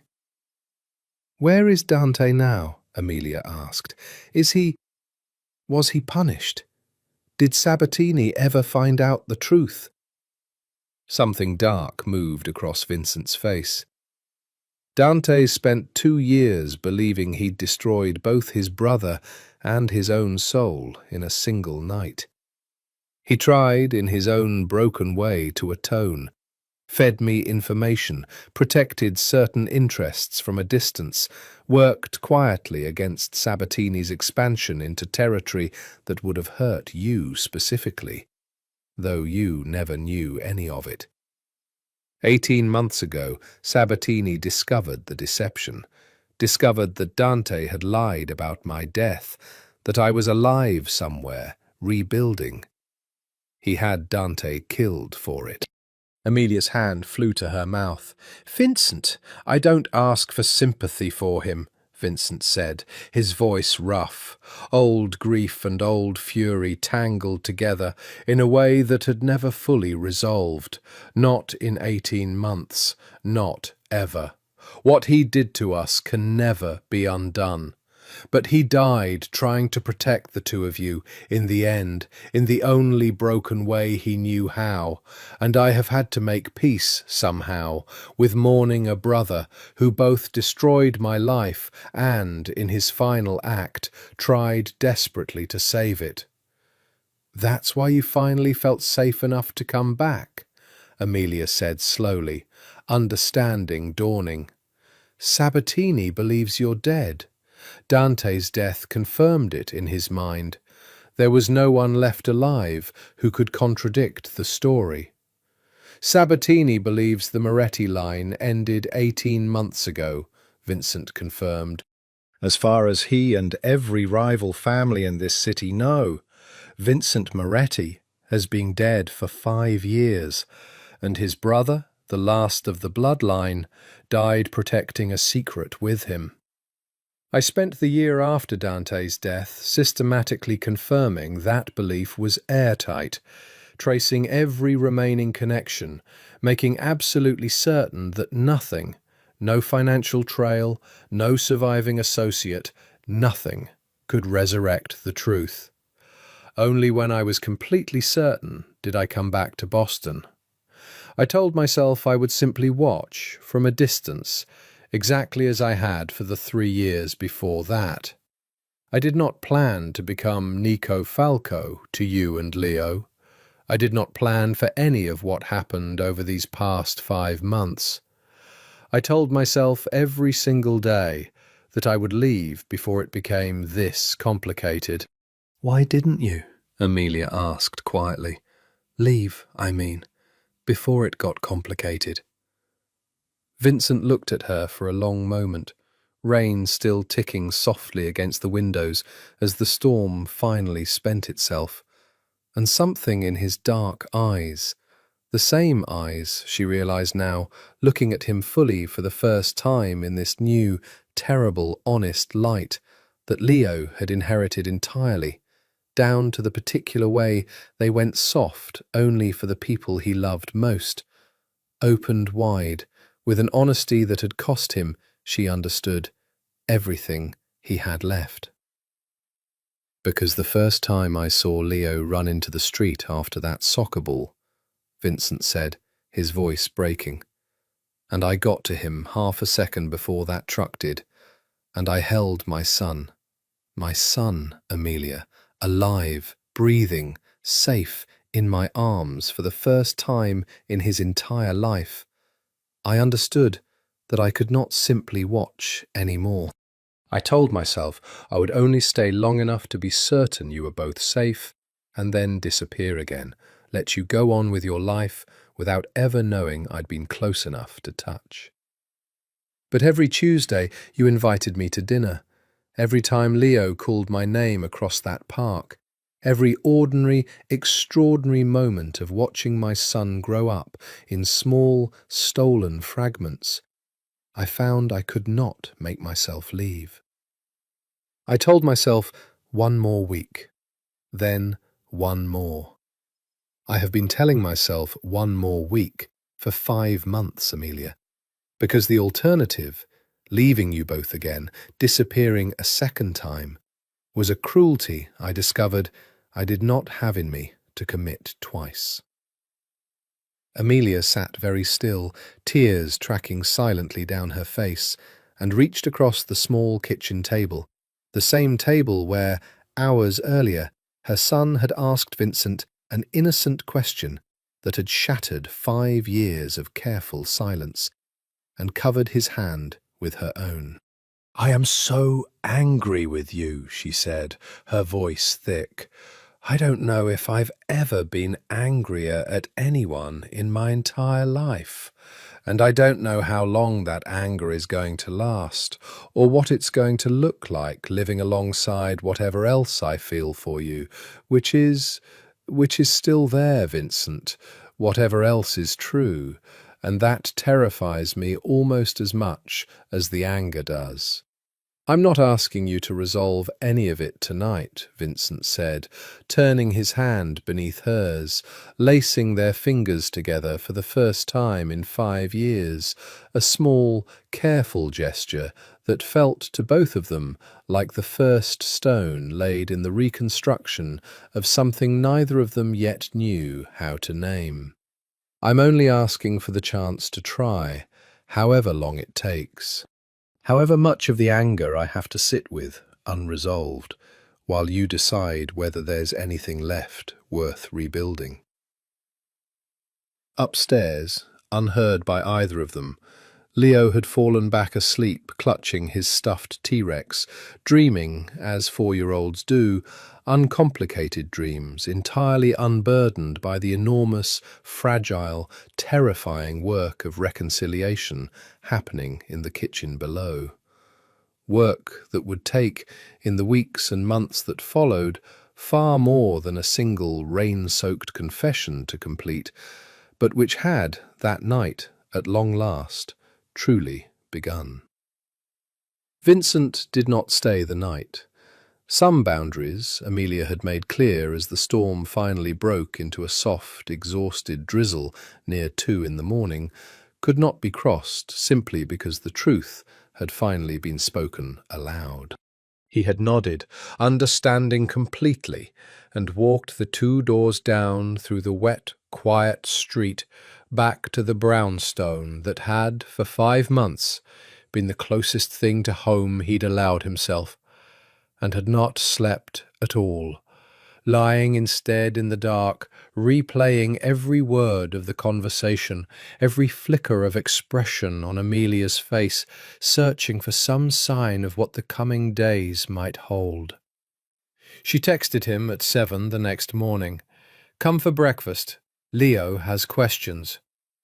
Leo, it turned out, had a great many questions, delivered over a bowl of cereal going soggy in his distraction, with the same frank, unfiltered directness that had cracked the whole situation open the night before. "Are you really my daddy?" "I am," Vincent said, kneeling down to Leo's eye level at the kitchen table, his heart hammering in a way it had not hammered even in the moments before gunfights, ambushes, the particular controlled terror of a life spent constantly under threat. Nothing had ever frightened him the way this small, curious, gap-toothed face frightened him now. "Where were you?" "I had to go away to keep you and your mummy safe," Vincent said carefully, the explanation he'd rehearsed 100 times in the small hours of the night, calibrated for a 4-year-old's understanding without diminishing the truth. "There were bad people who wanted to hurt our family, and the only way to protect you both was to let everyone believe I was gone. I know that was wrong of me, in a lot of ways. I know it hurt you and your mummy very badly, even though I never wanted it to. I'm sorry, Leo. I'm more sorry than I know how to say." Leo considered this with the grave seriousness he brought to all matters of importance, dinosaurs and fathers alike given equal weight in his 4-year-old universe. "Are the bad people still around?" "No," Vincent said, and meant it with an absolute certainty that had taken him 5 years and untold resources to earn. "They're gone. You're safe. Your mummy's safe. That's why I could finally tell you the truth." "Okay," Leo said, with the startling, uncomplicated grace children bring to forgiveness. A grace Vincent understood, watching Amelia's face across the kitchen, would take considerably longer to extend from the adult in the room. "Can you still push me on the swings? Even though you're my daddy now, and not just Nico?" "Every single day, if you want me to," Vincent said, his voice breaking slightly, and Leo grinned his gap-toothed grin and declared the conversation evidently entirely concluded, returning his full attention to his rapidly disintegrating cereal. The weeks that followed settled into a strange, tender, uncertain rhythm. Vincent did not move back in. Amelia had been clear, in the days after that first devastating conversation, that trust was not something 5 years of absence could be undone by a single rain-soaked confession, however sincere. But he came every day. He was there for breakfast most mornings and for the school drop-off, standing at the edge of Leo's small preschool with the other parents, learning the particular unglamorous choreography of ordinary family life he had spent 5 years watching from careful, aching distances. He was there for dinner most evenings, though he still returned each night to the brownstone 2 doors down, the space between them narrowing by degrees, but not yet closing entirely. Amelia watched him in those weeks with an attention that felt to Vincent almost unbearably exposing. Watched him learn the small rituals of Leo's life, the particular way the boy needed his socks matched exactly, or he'd refuse to wear either. The bedtime story rotation he insisted upon with the rigid, delighted tyranny of small children. The particular fear of thunderstorms that had, Vincent understood with a fresh ache, developed sometime in the 5 years he'd been absent, for storms that would otherwise have found him holding his son through them. "You're good at this," Amelia said one evening in late July, watching from the doorway as Vincent read Leo his third requested bedtime story, doing the voices with a commitment that had, in another life, made grown men in boardrooms sweat with fear, and now made a 4-year-old shriek with delighted laughter.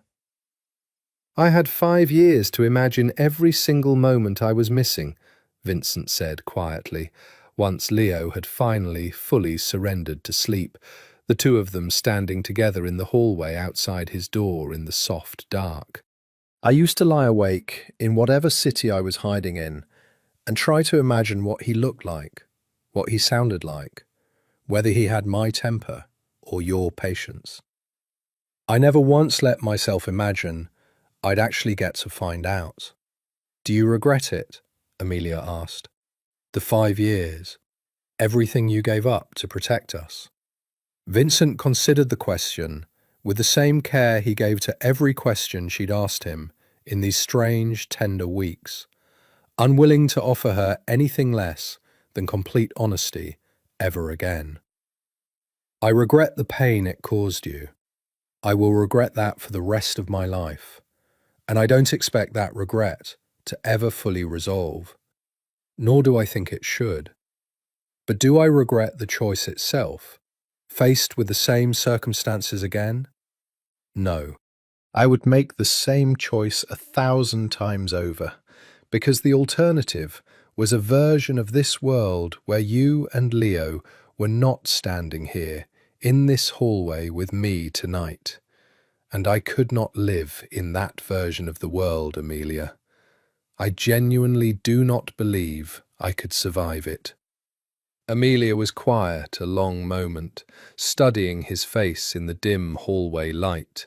5 years of grief and 5 months of careful watching, and one devastating night of truth, all folded together somewhere behind her eyes.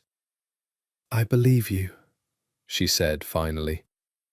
"I want you to know that, whatever else is still unresolved between us, I believe every word you've told me. I believe you loved us enough to disappear. I'm just still learning how to believe that love enough to let you fully back in." "Take whatever time you need," Vincent said. "I've already proven I can wait 5 years. I can wait as many more as it takes." She looked at him a long moment in the hallway dark, something soft and uncertain and cautiously hopeful moving across her face, and reached up, slowly, to touch his cheek, the first time she had touched him with anything like tenderness since the night the truth had broken everything open.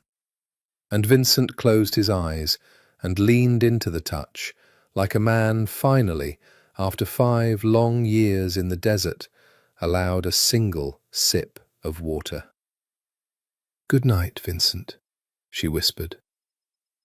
"Good night, Amelia," he said, and walked home through the quiet summer dark, 2 doors down, and for the first time in 5 years slept. The peace, when it broke from a direction neither of them had anticipated. It was early August, 6 weeks after the storm that had cracked 5 years of silence wide open, and Vincent had begun, cautiously, to let himself believe that the life he'd spent 5 years fighting for might actually, finally, be within reach. When Salvatore, the Moretti family's longtime lawyer, called him with a voice that instantly set every old, dormant instinct in Vincent's body back on high alert. "There's a man asking questions," Salvatore said without preamble the moment Vincent answered, "about the Moretti estate, about the circumstances of your death. He's not with any family, I recognize, but he's thorough, Vincent, and he's persistent, and 3 days ago he showed up at the cemetery asking the groundskeeper detailed questions about your burial plot that no ordinary curious stranger would think to ask." "Who is he?" "A private investigator, name of Marcus Riley. As far as I can determine, he's not working for Sabatini or any of the old families. Sabatini's dead in any case, killed in a territory dispute with the Kozlovs 8 months ago, which I assumed you already knew." Vincent had not known. The news landed strangely.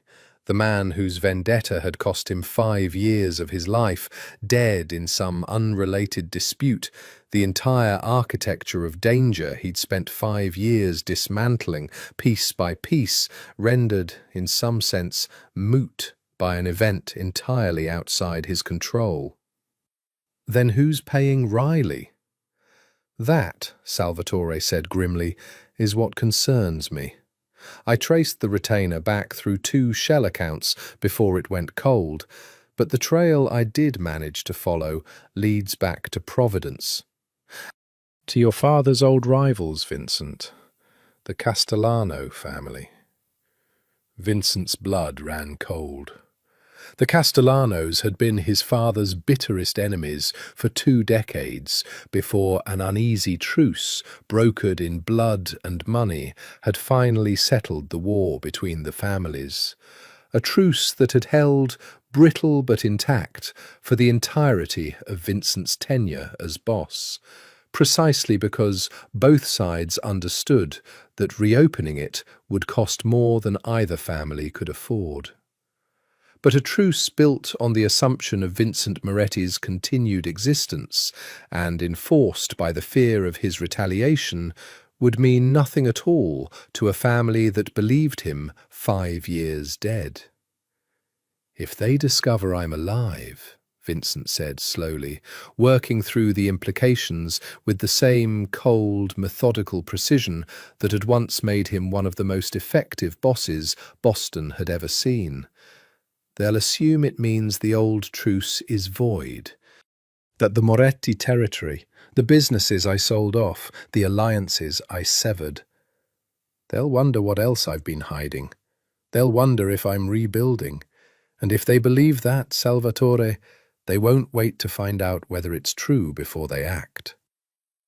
"There's more," Salvatore said, and something in his voice made Vincent's stomach drop entirely. "Riley's been seen in South Boston, twice in the past week, near a residential street. I don't yet know if he's identified your current location specifically, but Vincent, if he's found where you've been living, there is a very real possibility he's also seen Ms. Hart and the boy."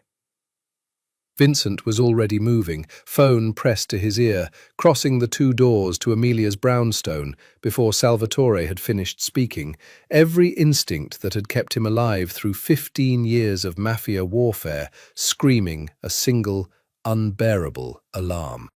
Amelia answered the door, with Leo perched on her hip, both of them mid-laughter over some private joke, and the sight of them, safe and whole and utterly unaware, nearly buckled Vincent's knees with relief, even as the danger Salvatore had just described settled cold and heavy in his chest.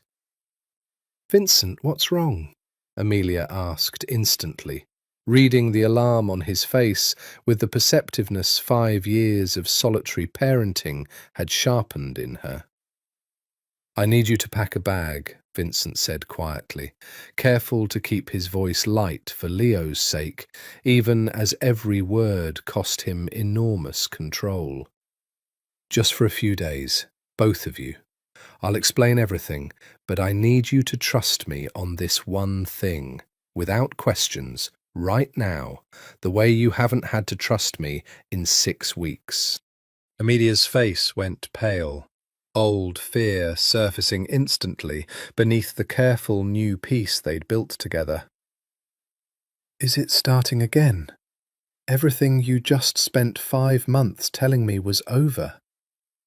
I don't know yet, Vincent admitted, hating the honesty even as he gave it, because he had promised her, standing in that rain-soaked doorway, that he would never lie to her again, not even to spare her fear. But I'm not taking any chances with the two of you, not after everything it cost to get here. Please, Amelia, pack a bag. I have a place, secure, private, somewhere no one will think to look, and I need you both there while I find out exactly what we're dealing with.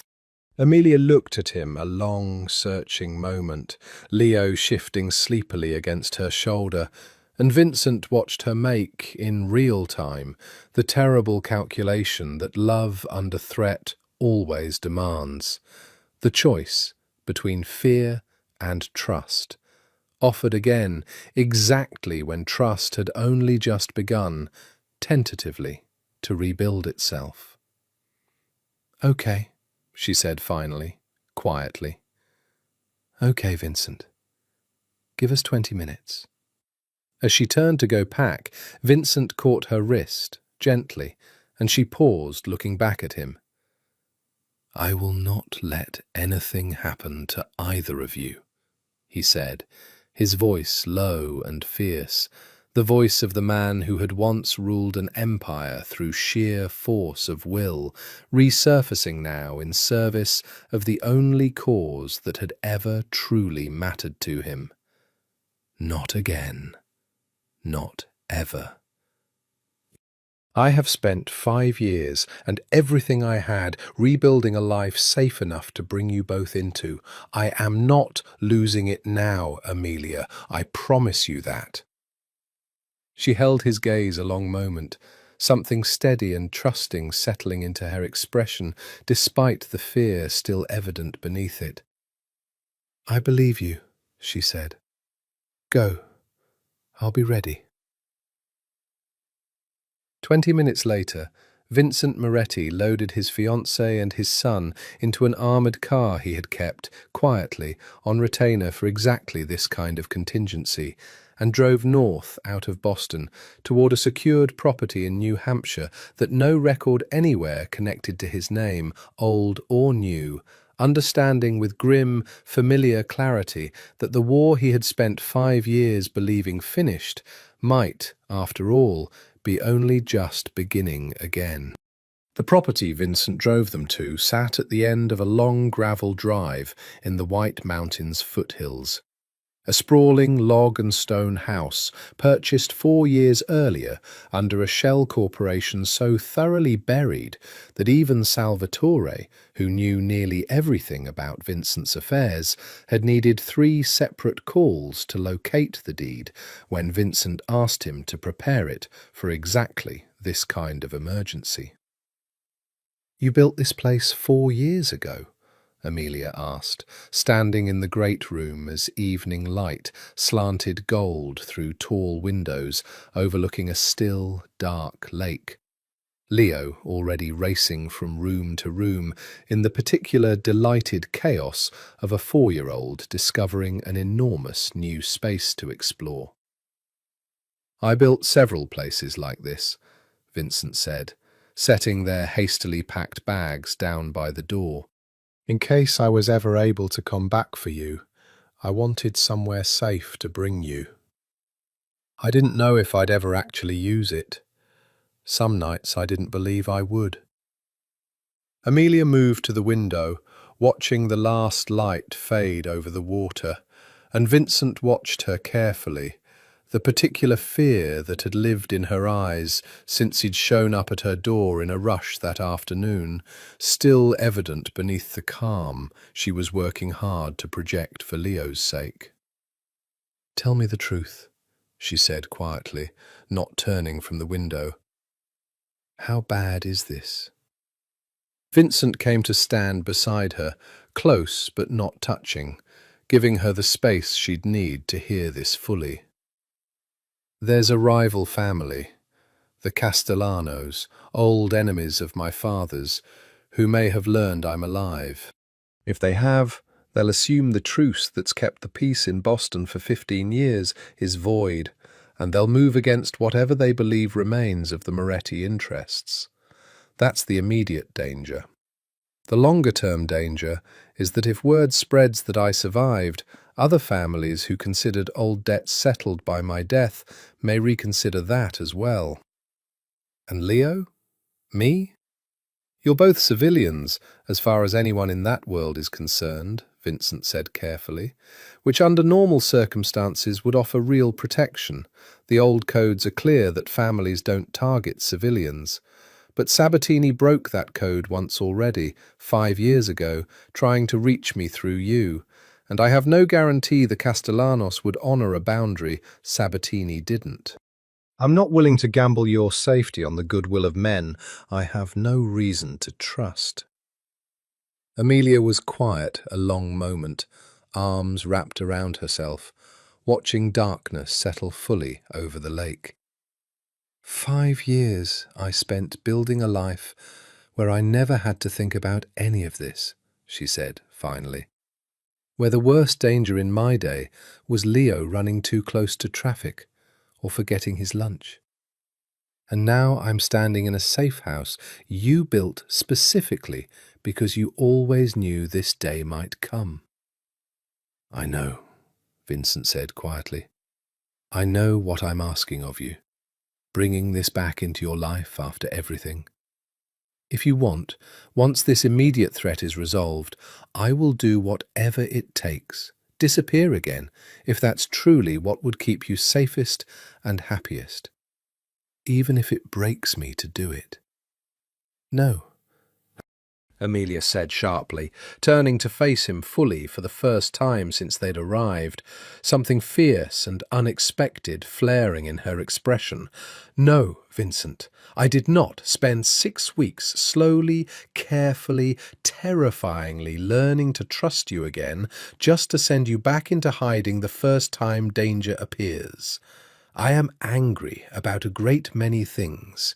I am still working through 5 years of grief that I'm not sure will ever fully resolve. But I am done. I am completely done with you making unilateral decisions about my safety without including me in them. If there's a threat, we face it together, whatever that means. I mean it, Vincent. Together or not at all. Something in Vincent's chest, some final knot of fear and self-protective distance he had not even fully realized he was still carrying, loosened at her words.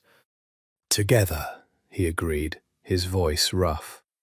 Over the following days, while Salvatore's contacts worked quietly to determine exactly what Marcus Riley had learned and who precisely was funding his investigation, the strange, suspended time at the lake house took on an unexpected quality of grace, removed from the careful, incremental rebuilding of their old street, from the watchful eyes of neighbours and the particular pressure of ordinary routine. Vincent and Amelia found themselves, almost despite the danger surrounding them, falling back into a rhythm that felt, for the first time in 5 years, unforced. They cooked together in the enormous kitchen, Leo underfoot, demanding to help with tasks entirely beyond his 4-year-old capabilities, and Vincent found himself laughing, really laughing. The deep, unguarded laugh Amelia had once told a version of Nico Falco she missed more than she could say. More in those few days than he had allowed himself in the entirety of the 5 years before. They walked the shore of the lake in the long summer evenings while Leo chased frogs at the water's edge, and slowly, carefully, without either of them quite naming the shift, began to talk not just about the wreckage of the past, but about the shape of a possible future. Where they might live once the danger passed, whether Leo would prefer a dog or a cat, the particular, impossible, ordinary hopes of 2 people daring, at long last, to imagine a life together again. On the fourth night, after Leo had finally succumbed to sleep following a full day of lakeshore exploration, Vincent and Amelia sat together on the porch steps beneath a sky thick with stars, unobscured by any city light. And Amelia leaned her head against his shoulder, a small, simple gesture that undid something in Vincent's chest more completely than any of the desperate declarations he'd made in the rain 6 weeks earlier. "I'm not fully there yet," she said quietly into the dark. "Forgiveness, I mean. Full trust. I don't know exactly what those things look like yet, after everything. But I want you to know, I'm not running from this anymore, Vincent. Whatever's ahead, whatever the Castellanos turn out to want, I'm not sending you away to face it alone, and I'm not pretending anymore that I don't still love you, because I do. I never stopped, even when I thought you were dead, especially then, maybe." Vincent pressed a kiss to the crown of her head, holding her against him beneath the vast, indifferent stars, and felt something in his chest that he had not permitted himself to feel in 5 long years of exile. Hope, unguarded and entire, that whatever storm was still gathering on the horizon, they might, finally, weather it together. The call came on the 6th day, and Vincent took it out on the dock, away from the house, watching the morning mist burn slowly off the still lake water, while Salvatore delivered news that shifted the entire shape of the danger they'd been bracing against. "I found him," Salvatore said. "Marcus Riley. Better still, I found out who's paying him, and Vincent, it's not what either of us assumed." "Tell me." "It's not the Castellano family," Salvatore said. "It's one man within it. Younger son, named Michael Castellano, acting entirely on his own, outside his father's knowledge or sanction. He's not investigating on behalf of the family's interests, Vincent. He's investigating because he wants proof you're alive, so he can bring it to his father as leverage. Proof that he's capable of the kind of intelligence work that would earn him standing within the organization he's spent his whole life feeling overlooked in, being the younger son and all. From what my sources tell me, the Castellano patriarch has no interest whatsoever in reopening old wars. He's old, tired, more concerned with legitimate business interests than reviving a 15-year-old grudge. If Michael brings him proof you're alive, the old man is far more likely to be furious at his son for digging up trouble than inclined to act on it." Relief moved through Vincent's chest, immediate and profound, followed almost instantly by a colder, more calculating awareness. But if Michael goes public with it, before his father can control the information, if he takes it to other families, tries to build his own standing off the discovery independently, then we have an uncontrolled variable with no incentive toward discretion and everything to gain from causing chaos, Salvatore finished grimly. Which is, I think, precisely the risk we need to eliminate before it becomes a genuine problem. Vincent stood on the dock a long moment, working through the calculus of a problem that felt, in some strange way, almost familiar after 5 years of a quieter life, the particular cold clarity required to assess a threat and determine the most direct path to neutralizing it before it could cause harm. "Arrange a meeting," Vincent said finally. "Not through Riley, directly, with Michael Castellano, on my terms, somewhere neutral. I want to understand exactly what he wants and offer him a path to getting it that doesn't require dragging Amelia and my son into a war neither of us actually wants."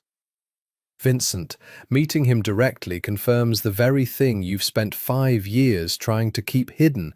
He already suspects it, Vincent said. Riley's been thorough enough that Michael clearly believes the theory is sound, or he wouldn't be spending the money to chase it this hard. The only question left is whether I control how and when that information reaches him, or whether I let him continue digging until he finds it, on terms I have no say over. I'd rather control the terms, Salvatore. I've had enough of other people controlling the terms of my own life. 3 days later, Vincent sat alone at a corner table in a quiet restaurant in Portsmouth, New Hampshire, chosen deliberately for its distance from both Boston and Providence, neutral ground with no history attached to either family, and watched Michael Castellano walk through the door. He was younger than Vincent had expected, perhaps 28, with his father's sharp jaw, but none of the old man's weathered gravity, an eager, hungry look in his eyes that Vincent recognized immediately as the particular ambition of a man who had spent his whole life in a more favoured sibling's shadow. It was a look Vincent understood with an uncomfortable intimacy, having spent 15 years watching his own younger brother wrestle, less successfully, with exactly this same hunger, right up until it had gotten Vincent killed on paper and Dante killed in truth. "Mr. Moretti," Michael said, sliding into the booth across from him, something like triumph flickering across his face at the simple confirmation of Vincent's presence. "I have to admit, I wasn't entirely certain my theory was correct until this very moment." "Now you're certain," Vincent said evenly. "The question is what you intend to do with that certainty."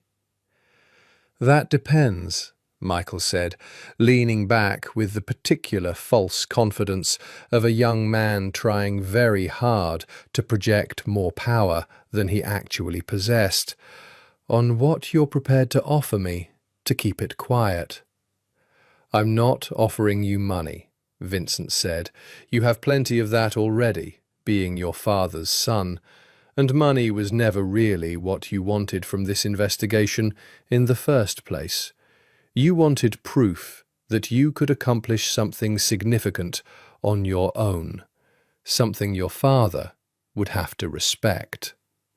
Michael's jaw tightened, the accuracy of the observation clearly landing harder than he'd anticipated.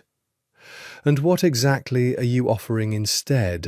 "A choice," Vincent said. "You can take this information to your father, present it as your own discovery, and hope he's impressed, rather than furious that you've spent significant resources reopening a war he has no interest in fighting, a war that, I promise you, Michael, he will not thank you for resurrecting, whatever version of respect you're imagining it will earn you. Or you can accept a different kind of proof of your capability. A position, legitimate and lucrative, in one of the businesses I still maintain a controlling interest in, built entirely on your own merit from this point forward, with the understanding that what you've learned about my continued existence stays between the two of us, permanently, and my family remains permanently, completely outside whatever future conflicts your family's business might involve you in."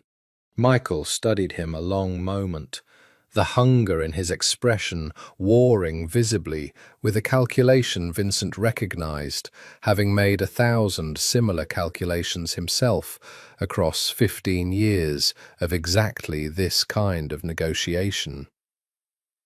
"You're offering me a job to buy my silence. I'm offering you a legitimate path to the respect you're actually looking for," Vincent said. "Your father built an empire on fear and bloodshed that's slowly bleeding out under federal pressure and a changing world that has less and less patience for men like us. I built one too, and I walked away from every piece of it the moment I understood what it was actually costing me. You have a chance, right now, to decide whether you want to spend your life chasing your father's approval through exactly the kind of dangerous games that got my own brother killed, or whether you want something real, built on your own two hands, that no one can ever take from you the way loyalty in that world can always, eventually, be taken. Michael was quiet a long time, something in his young, hungry face shifting slowly toward a consideration Vincent recognized as genuine. "I'll need to think about it," he said finally. "Take the time you need," Vincent said. "But Michael, know that whatever you decide, I have spent 5 years and everything I once possessed protecting the woman and the son I love from exactly the kind of danger your investigation threatened to reintroduce into their lives. I will not allow that threat to continue, one way or another. I would much rather resolve this as two reasonable men, finding a mutually beneficial path forward. But I want you to understand, clearly, that I am not a man without other options, if this conversation fails to produce one." Something in Vincent's voice, some faint echo of the man who had once commanded absolute fear and absolute loyalty across an entire criminal empire, moved across the table, and Michael Castellano, for the first time since sitting down, looked, briefly, genuinely afraid. "I understand," he said quietly. "I'll call you within the week." He called 4 days later. He would take the job. They returned to Boston in late August, the immediate danger resolved, though Vincent had spent the intervening days, while waiting for Michael Castellano's decision, arranging additional layers of security around Amelia's brownstone that he did not fully explain and she did not fully ask about, both of them settling, without quite naming it, into a shared understanding that some caution would simply be a permanent feature of the life they were building together now. The brownstone 2 doors down sat empty. Vincent had let the lease on the Nico Falco identity lapse entirely, one final piece of the false life shed like old skin. And in its place, after a conversation that took most of one long evening and considerably more courage than either of them expected, Vincent moved his few belongings into the 3rd bedroom of Amelia's house, an arrangement they both understood, without either quite saying it aloud yet, to be temporary in one direction only. "I'm not ready to share a bedroom," Amelia had said, flushed and a little embarrassed even raising the topic. "But I don't want you 2 doors down anymore either. I want you close. I want Leo to wake up and know you're actually here, not just visiting." "Whatever pace you need," Vincent had said, and meant it entirely, having learned across 5 years of exile and 6 transformative weeks since the truth broke open, that patience was not a virtue he'd once possessed by nature, but one he had built, brick by brick, out of the wreckage of everything he'd lost. Leo, for his part, greeted the new arrangement with the uncomplicated delight of a child for whom having his father permanently under the same roof represented an unambiguous good, entirely unburdened by the complicated adult architecture of trust and healing still being carefully constructed around him. "Now you can read me stories every single night," he informed Vincent with great satisfaction, the first evening back in the brownstone, already deep in negotiations over exactly which dinosaur-themed book would receive the honour of that night's bedtime reading.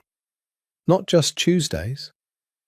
"Every single night," Vincent confirmed, his voice thick, and settled onto the edge of his son's bed, to read a book about a Tyrannosaurus Rex's search for friendship with a passion and commitment that would have astonished the men who'd once feared him across a dozen cities. September brought the ordinary rhythms of a new preschool year, Leo starting a proper program 3 mornings a week that left Amelia's small design studio, tucked into the front room of the brownstone, blessedly quiet for stretches at a time. And Vincent found himself in those quiet mornings discovering an unexpected purpose in helping her business grow, not through the shadow world resources and intimidation that had once characterized every deal he'd ever made, but through simple, legitimate investment and the patient, careful cultivation of a genuinely talented designer's reputation. "You don't have to do this," Amelia told him one morning in mid-September, looking over the plans for the small commercial studio space he'd quietly helped her secure a lease on, 3 times the size of her current cramped front room. "I built this business alone. I can keep building it alone." "I know you can," Vincent said. "You've proven, more thoroughly than anyone I've ever known, exactly how much you're capable of building alone." "I'm not offering to do this instead of you, Amelia. I'm asking if you'll let me do it alongside you. There's a difference. And I understand if the distinction still feels difficult to trust, given everything. But I would like the chance to build something with you now, instead of only ever rebuilding what I broke." Amelia studied the lease documents a long moment, something soft moving across her face. "Okay," she said finally. "Alongside me. I can work with that." It was on a golden October afternoon, 6 weeks after their return to Boston, that Vincent found himself standing again at the little park at the end of the street, pushing his son on the same rusted swing set where, months earlier, a 4-year-old's devastating honesty had cracked open 5 years of careful silence, watching Amelia approach across the grass with 2 coffees and a look on her face he had learned, across these tender, difficult, healing months, to recognize as something like peace. "I've been thinking," she said, settling onto the low stone wall beside him, close enough now that the distance she'd once carefully maintained had entirely dissolved. "About everything. About the wedding that never happened, and the 5 years, and everything since. And I think I'm ready, Vincent." His heart stuttered. "Ready for what?" "To stop being angry," Amelia said, and though her eyes were wet, her voice was steady in a way it had not been steady since the night the truth first broke open. "Not because the anger wasn't justified. It was, every bit of it, and I don't think it's fully gone, not entirely. Maybe it never will be completely. But I've spent 6 months watching you rebuild every single thing you broke, brick by brick, with more patience and more honesty than I ever thought I'd be given the chance to witness. I've watched you become the father Leo deserves, and I've watched myself, slowly, becoming the woman I was before grief hollowed something out of me that I thought was gone for good. And I think I'm ready to stop grieving the wedding we never had and start planning the one we might still get to have." Vincent turned to her fully, his hands trembling in a way 5 years of dangerous, controlled life had never once managed to provoke, and understood, watching her face in the gold October light, that he had been given, impossibly, undeservedly, exactly the thing he had spent 5 years of exile believing he'd forfeited forever. "Amelia Hart," he said, his voice breaking entirely, "will you marry me? Again, properly this time, with every single truth already spoken between us before we ever stand at that altar?" "Yes," Amelia said, laughing and crying at once, the particular joyful, healing sound that Vincent understood, watching her, to be the sound of 5 years of grief finally, fully, beginning to resolve into something like hope. "Yes, Vincent, 1,000 times yes. Behind them, Leo, having abandoned the swing entirely to investigate this sudden outbreak of parental emotion, tugged at Vincent's sleeve with the particular urgent curiosity of a 4-year-old determined not to be left out of important news.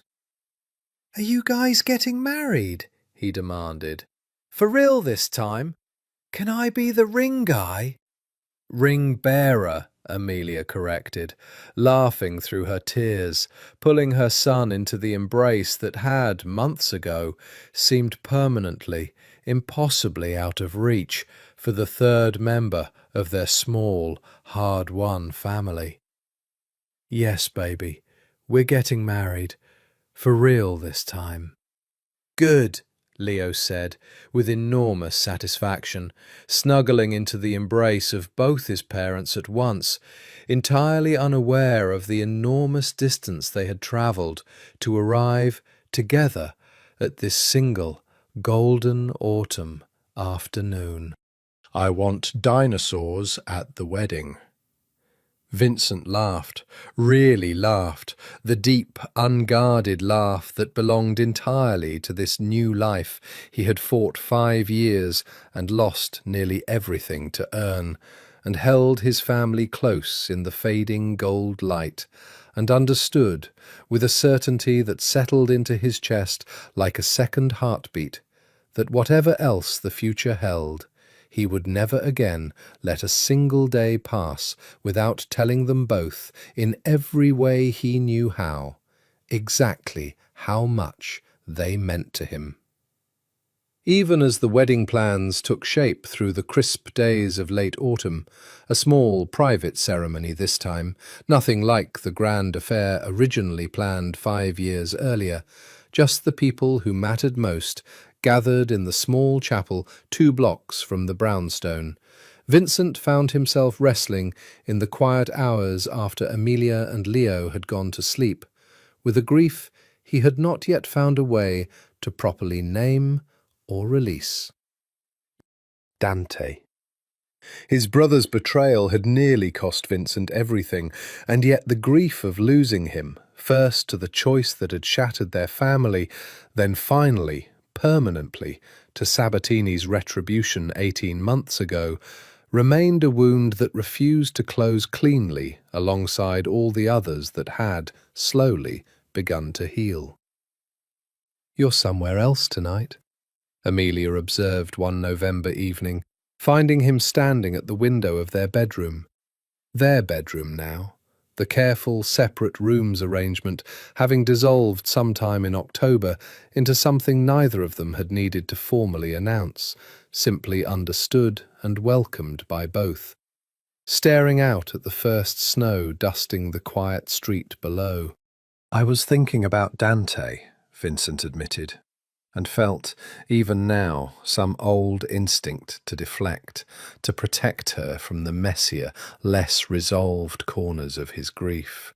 War briefly with the promise he'd made never to hide anything from her again. Amelia came to stand beside him at the window, slipping her hand into his. "Tell me," she said simply. "I hated him. For a long time," Vincent said slowly. "For what he did that night. For every day of those 5 years I spent unable to hold you or Leo, because of a debt he hid from me for years before it finally cost us everything. And then he died trying, in his broken way, to protect the very people he'd endangered. And I found I couldn't simply hate him anymore, not entirely. And I don't know what to do with a grief that's tangled up with that much anger and that much love, all knotted together in a way I can't seem to separate out into anything simple." "You don't have to separate it," Amelia said gently. "Grief for someone who hurt you badly doesn't have to resolve into something clean, Vincent. I spent 5 years grieving a man I thought had simply abandoned me, and even now, even with you standing right here alive. I still sometimes grieve that version of events, the version where you really did just leave without a word, because that grief was real too, even though it turned out not to be based on the truth. Grief doesn't always care whether it's justified. Sometimes it just is what it is, and the only thing to do is let it be there without demanding it resolve into something tidier. Vincent turned to look at her, something in his chest loosening at the particular gentle wisdom she offered, earned the hardest way possible across 5 brutal years of her own unresolved mourning. When did you get so wise about grief? When I had 5 years and a small child to keep alive while I worked through my own, Amelia said, with a small, wry smile that held both old pain and hard-won peace in equal measure.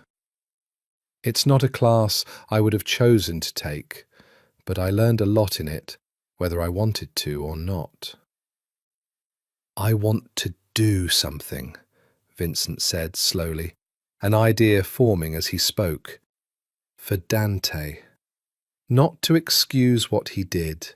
Nothing excuses it, and I don't want to pretend otherwise, especially not to Leo when he's old enough to understand the full history. But something to acknowledge that in the end, whatever else he was, he tried to make it right, in the only way circumstances left available to him. What did you have in mind?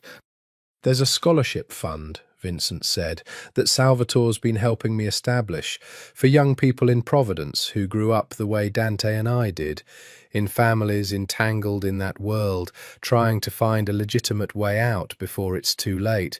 I'd like to name it after him, not to celebrate what he did, to honour the fact that even a man who made a catastrophic, unforgivable mistake can still, in the end, choose to try to make it right, even if it costs him everything. Amelia was quiet a moment, considering this with the same careful thoughtfulness she brought to every difficult question in their still healing life together. I think that's a beautiful way to hold both truths at once, she said finally, that he hurt us terribly, and that he also, in the end, loved you enough to try to fix it. Both things can be true, Vincent. I've learned that about almost everything in my life this past year. They stood together at the window a long while, watching the snow fall soft and silent over the quiet street, and Vincent felt, for the first time since Dante's death 18 months earlier, something in his chest that was not quite peace, but was perhaps the very beginning of it. The recognition that grief, held honestly and without demand for tidy resolution, could coexist alongside the deep, hard-won joy of the family he had, against every reasonable expectation, been given the chance to rebuild. Downstairs, faintly, they could hear Leo's small feet padding across his bedroom floor, some late-night mission involving almost certainly a forbidden nighttime raid on his sizable dinosaur collection. And Amelia laughed softly, the sound warm in the quiet room. I should go settle him, she said, before he wakes the whole house negotiating with a stegosaurus. I'll come with you, Vincent said, and they went together, hand in hand, down the hallway toward their son's room. Two people who had lost each other completely, and found their way, against every reasonable expectation, back to a life that held both unresolved grief and unguarded joy in the same tender, complicated, entirely human embrace. The chapel was small, exactly as Amelia had wanted, tucked on a quiet side street 2 blocks from the brownstone, its stone walls softened by December light filtering through narrow stained-glass windows in patterns of gold and blue across the worn wooden pews. There were no crowds this time, No elaborate arrangements, no 500 guests representing the careful political architecture of a criminal empire Vincent had long since dismantled. There was Claire, radiant with tears she made no effort to hide, standing as Amelia's only attendant. There was Salvatore, grey-haired and gruff and unexpectedly emotional, standing as Vincent's witness, the old lawyer having spent 3 generations of Moretti history, now, finally, at long last, presiding over an ending that didn't involve tragedy. And there was Leo, 5 years old now, having had his birthday just 2 weeks earlier, dressed in a small navy suit that he had negotiated fiercely to accessorize with a single, discreet dinosaur pin fastened to his lapel, walking with tremendous, solemn ceremony down the short aisle, carrying the rings on a small velvet cushion he had practiced with for 2 full weeks, determined not to drop them. Vincent stood at the altar and watched his son approach with an expression of such fierce concentration that he had to press his knuckles briefly against his mouth to keep from laughing and crying at once. And then the small chapel doors opened again, and Amelia appeared in the doorway, and every other thought in Vincent's mind simply ceased to exist. She wore ivory, not the elaborate original wedding gown that had hung, he knew, still preserved in the back of her closet for 5 years, a relic of grief she'd never quite been able to discard, but something simpler, softer, a dress she had chosen herself for this second, truer beginning. And she walked down the short aisle toward him, with tears already tracking down her face, and Vincent felt his own eyes burn with an emotion too large for a single word to contain. "You look," he said, when she reached him, his voice breaking entirely on the simple words, "exactly like everything I spent 5 years afraid I'd never see again." "I'm here," Amelia said, taking his hands, her voice thick with tears and laughter both. "I'm here, Vincent. We're both here. Finally." The ceremony itself was brief, simple, entirely unlike the elaborate affair that had been planned 5 years earlier. No string quartet, no towering floral arrangements, no careful diplomatic seating chart designed to keep rival families from bloodshed at the reception. Just the officiant's quiet words, the exchange of rings Leo delivered with triumphant, careful precision, and vows that Vincent had rewritten entirely from the ones he'd once prepared 5 years earlier. Vows that spoke honestly, in front of everyone gathered, of everything that had broken and everything that had, against all reasonable expectation, been rebuilt. 5 years ago, Vincent said, his voice steady despite the tears he made no effort to hide. "I made you a promise I couldn't keep, not because I stopped loving you, but because loving you meant, I believed, that I had to disappear entirely from your life to keep you safe. I was wrong about many things in that choice, Amelia, and I have spent every day since trying to make right what I broke. But I was never wrong about one thing, that you are, and have always been, the truest home I have ever known. Today, I don't just promise to love you, I promise to never again choose silence over honesty, distance over presence, protection over partnership. Whatever storms come for us, and I know now that some inevitably will, I promise to face them beside you, not instead of you, for the rest of our lives." Amelia's vows, when she spoke them, were quieter, simpler, but no less devastating in their honesty.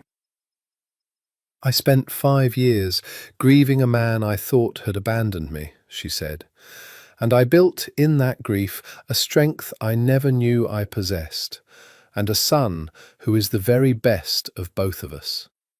I am not the same woman who stood in a wedding dress 5 years ago, waiting for a groom who never came. I am someone stronger, someone who has learned that love, real love, has to be built on complete honesty, or it isn't love at all, just a beautiful lie waiting to shatter. Vincent, I choose you today, not despite everything we've survived, but because of what surviving it taught us both. I love you. I have never, not for one single day of those 5 years, truly stopped.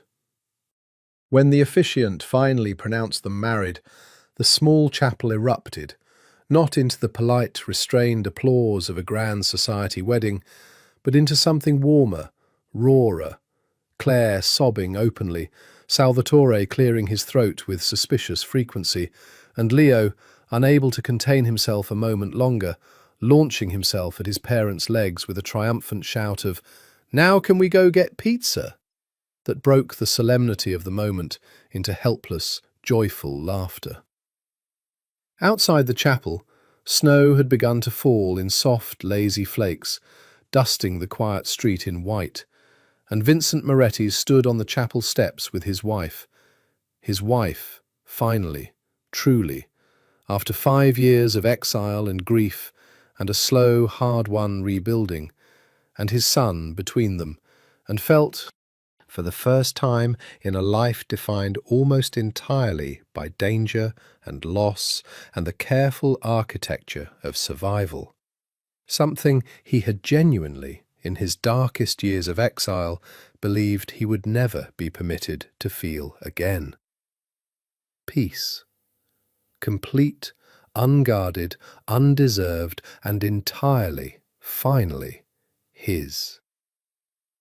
2 years passed, and then 2 more, and the extraordinary, dangerous, romantic story of Vincent Moretti's return from the dead slowly, gradually, became simply the fabric of an ordinary life, which was, Vincent had come to understand, the entire point of everything he'd fought for. Amelia's design studio had grown into a small but genuinely respected firm. Her work featured now in regional magazines, her client list expanding steadily through word of mouth and genuine talent, rather than any of Vincent's old-world influence, which she had made abundantly firmly clear she wanted no part of, ever, in the honest life they were building together. Vincent, for his part, had found unexpected purpose in the scholarship foundation established in Dante's name, which had grown, over 4 years, into a genuine force, helping dozens of young people across Providence and Boston find legitimate paths away from the world that had once claimed both Moretti brothers. Leo was 9 now, tall for his age, still dinosaur-obsessed, though the specific fascination had evolved into a broader passion for paleontology that had him declaring, with great seriousness, his intention to become the world's best fossil scientist by the time he reached double digits. He had his father's dark, intense eyes, and his mother's easy, generous warmth, and on the rare occasions Vincent allowed himself to think about the 5 years he'd missed, he found the grief had softened, over time, into something closer to gratitude for every single day he'd been given since. There was a new addition to the family now, too, Sophia, 3 years old, a whirlwind of dark curls and fierce, imperious opinions, who had, from the moment of her birth, wrapped both her parents and her considerably older brother around her small, determined finger, with an ease that made Vincent laugh sometimes at the particular justice of a man who had once commanded absolute fear across an entire criminal empire, finding himself utterly, helplessly, outmaneuvered by a toddler's tantrum over the wrong colour cup. "She gets that stubbornness from you, Amelia informed him regularly, watching Sophia stage a full protest against bedtime with the tactical determination of a general planning a siege. "Don't even try to deny it." "I have no idea what you're talking about," Vincent would reply, entirely straight-faced, and Amelia would laugh and roll her eyes and love him. In that moment, and every moment since their small chapel wedding, with a completeness she had once believed grief had permanently foreclosed to her. They had settled, in the end, not in the brownstone where the truth had finally broken open, nor in any of the grand properties Vincent's old life might once have afforded, but in a modest, comfortable house in a quiet Boston suburb, close enough to Claire's family and to Amelia's growing client base, far enough from the particular ghosts of the old neighbourhood that both of them had, over the years, found it easier to build new memories rather than constantly walk past the old ones. On a warm evening in late spring, 4 years after their second wedding, Vincent stood at the grill in their small backyard, Leo beside him, earnestly explaining in exhaustive 9-year-old detail the precise geological era various dinosaur species had inhabited, while Sophia chased fireflies across the lawn, with Amelia trailing behind her, laughing, catching her daughter up into a spinning embrace that sent the little girl into peals of delighted shrieking. Vincent watched them, his family, whole and safe and utterly, gloriously ordinary in a way he had once believed, across 15 brutal years of empire and warfare, would never be available to a man like him, and felt the particular profound gratitude of someone who has been given, against every reasonable expectation, a second chance he does not, for one single day, take for granted. "You're staring again," Amelia said, coming to stand beside him at the grill, Sophia now perched on her hip, sleepy and sun-warmed after her firefly hunt. "You do that a lot, you know. Just stop and look at us, like you can't quite believe we're real." "I can't," Vincent admitted, pressing a kiss to her temple, then to Sophia's dark curls, watching Leo continue his enthusiastic dinosaur lecture to an audience of exactly no one, entirely undeterred. "Some mornings I still wake up half expecting to find it was all a dream, that I'm still in exile somewhere, watching all of this from a distance I'll never be permitted to close." "Well," Amelia said, leaning into him, warm and solid and entirely, permanently present. "You're not. This is real, Vincent. We're real. And we're not going anywhere." Later that night, once both children had finally, reluctantly surrendered to sleep, Vincent stood at the window of their bedroom, watching the last light fade over the quiet suburban street, and thought, as he did still on certain nights, of the man he had been on the eve of his first wedding, so certain that love alone could shield the people he cherished from the dangers of the world he'd been born into, so utterly unprepared for the betrayal that would cost him 5 years and nearly everything he loved. He thought of Dante, gone now nearly 6 years, and felt the old grief move through him. Softer now, worn smooth by time, the way grief eventually is, if you let it be held, rather than demanding it resolve. He thought of the empire he'd walked away from, piece by piece, and felt no regret at all for its absence, only a distant, faintly surreal sense that it had belonged to a different man entirely, a man he had needed to fully release in order to become the husband and father standing in this quiet bedroom now. "Are you coming to bed?" Amelia called softly from behind him, already settled beneath the covers, watching him with the particular warm patience she still, after everything, extended to whatever quiet reflection occasionally claimed him in these still evening hours. "Coming," Vincent said, and crossed the room to her and climbed into the bed they had built together, in the life they had built together, out of the wreckage of everything that had once nearly destroyed them both. It was Leo, at 11, who found the letter, not by accident, but because Vincent had, on his 12th birthday, made a deliberate choice to finally, fully share with his son the complete history that 4-year-old Leo's innocent question had first begun to crack open years earlier.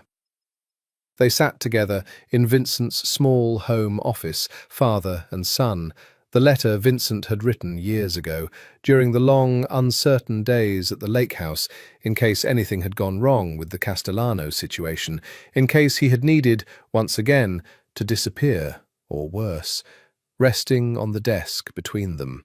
"I wrote this the summer everything came out," Vincent explained, watching his son's face carefully, gauging how much of this weighted history an 11-year-old, however precocious, was truly ready to hold. "In case something happened to me, before I had the chance to tell you everything myself, in my own words, when you were old enough to understand it fully. I want you to read it, Leo. Not because anything happened, I'm right here, and I intend to stay right here for a very long time yet, but because I think you deserve the complete truth now, in a form more permanent than a conversation, something you can return to whenever you need it." Leo read the letter slowly, his young face working through emotions Vincent recognized with an ache, confusion, then a kind of dawning understanding, then something that looked unmistakably like grief for an uncle he had never known, a grief entirely appropriate to a story this complicated, this fully human in its mixture of love and betrayal and desperate, imperfect protection. "Uncle Dante loved you," Leo said finally, looking up from the letter, "even though what he did was really, really wrong." "Both things are true," Vincent said quietly, echoing the wisdom Amelia had offered him years earlier in a snow-dusted bedroom window, grief tangled with love in a knot neither of them had ever fully needed to untangle. "He made a catastrophic mistake that cost our family 5 years of pain none of us deserved. And in the end, he loved me enough to try to fix it, even though it cost him his life. I don't want you to think you have to choose between being angry at what he did and understanding that he was still, in his own broken way, someone who loved this family. Grief is rarely simple, Leo. The people we lose are rarely only one thing." "Is that why you started the scholarship thing?" Leo asked. "The one that helps kids like you and him grew up to be?" "Exactly why," Vincent confirmed. "I couldn't save Dante. I couldn't undo what happened. But I could try to make sure other young people, growing up in circumstances like ours, have a real path away from the kind of choices that destroyed him, before it's too late for them, the way it was too late for him." Leo was quiet a long moment, turning the letter over in his hands, and then asked the question Vincent had, in some deep, unspoken way, been waiting years for his son to eventually pose. "Do you ever miss it? Being—" he hesitated over the word, "the boss, having all that power?" Vincent considered the question with the full seriousness it deserved, unwilling, as always, to offer his son anything less than complete honesty. "I miss certain things," he admitted. "The particular satisfaction of solving a difficult problem, sometimes. The loyalty of men I trusted, before Dante's betrayal taught me how conditional that loyalty could be. But no, Leo, I do not miss the power itself. Power like that costs everything, eventually. It cost me 5 years with your mother. It cost me the chance to hold you as a newborn, to hear your first words, to watch your first steps. It cost your Uncle Dante his life, in the end. I would trade every single piece of that old life, every dollar, every ounce of fear men once held for my name, for one more ordinary Tuesday evening with you and your mother and your sister, doing nothing more remarkable than eating dinner together at our own kitchen table. That's not a difficult trade for me to make, even now. It never has been. Leo set the letter down carefully on the desk and, in a gesture that undid Vincent entirely, crossed the small space between them and hugged his father with the fierce, uncomplicated love of a child who had, across 11 years, come to understand exactly how hard-won and precious this ordinary family life truly was. "I'm really glad you came back," Leo said, muffled against his father's shoulder. "Even though everything that happened was really messed up, I'm glad you're my dad. For real, not just Nico." "So am I," Vincent said, his voice breaking, holding his son close in the quiet office, sunlight slanting warm through the window, the old letter resting on the desk beside them like a closed chapter, finally, properly laid to rest. "More than you will ever fully know, Leo. So am I." On a warm September evening, exactly 10 years after the storm-lashed night that had cracked 5 years of silence open, Vincent Moretti stood on the back porch of the home he shared with his family, watching the sun set gold and orange over the quiet suburban street, and felt the particular, complete peace of a man who has, against every reasonable expectation, been given everything he once believed he'd forfeited entirely. Leo, now 15, sat at the porch table, working through a paleontology textbook with the same fierce dedication he'd once brought to bedtime dinosaur negotiations, having declared his intention to study at Boston University's Earth Sciences program the moment he was old enough to apply. A plan Vincent supported with a pride so complete it occasionally still caught him unprepared. This simple, ordinary gift of watching his son grow into exactly the person he was meant to become. Sophia, 9 now, practiced cartwheels across the back lawn with the same fierce, uncomplicated determination she'd brought to every pursuit since infancy, occasionally calling out for her father's assessment of her form with the particular confidence of a child who had never once doubted her parents' complete devotion.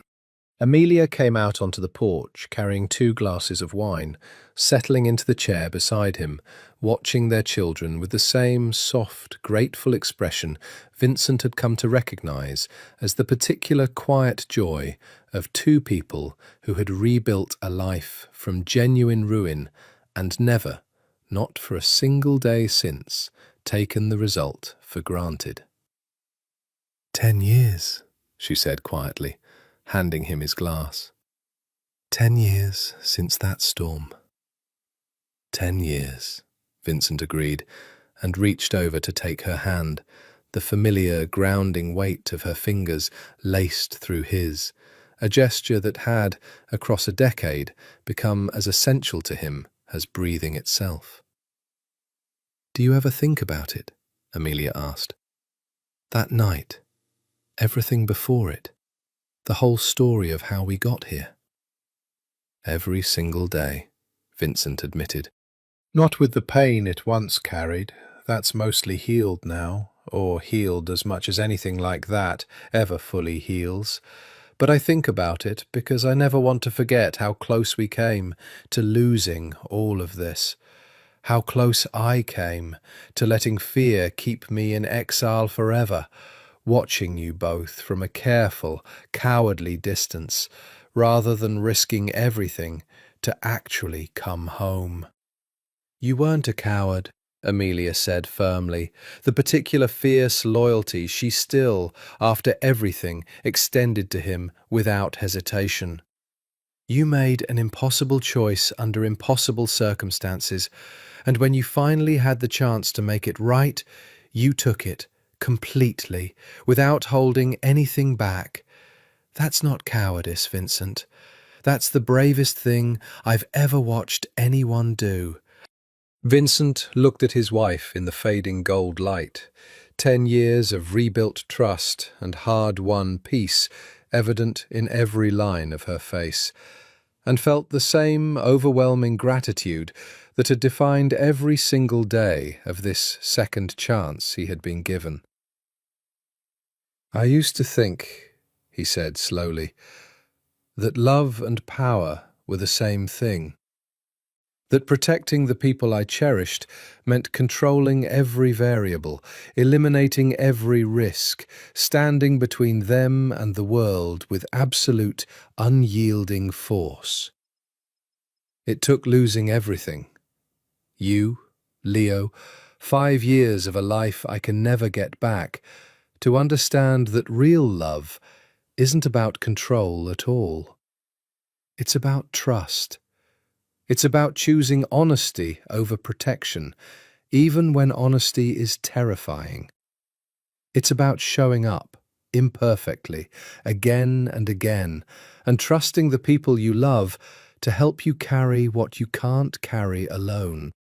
"That's a very wise thing for a former mafia boss to say," Amelia said, with the particular gentle teasing that had, across a decade, become one of Vincent's favourite sounds in the entire world.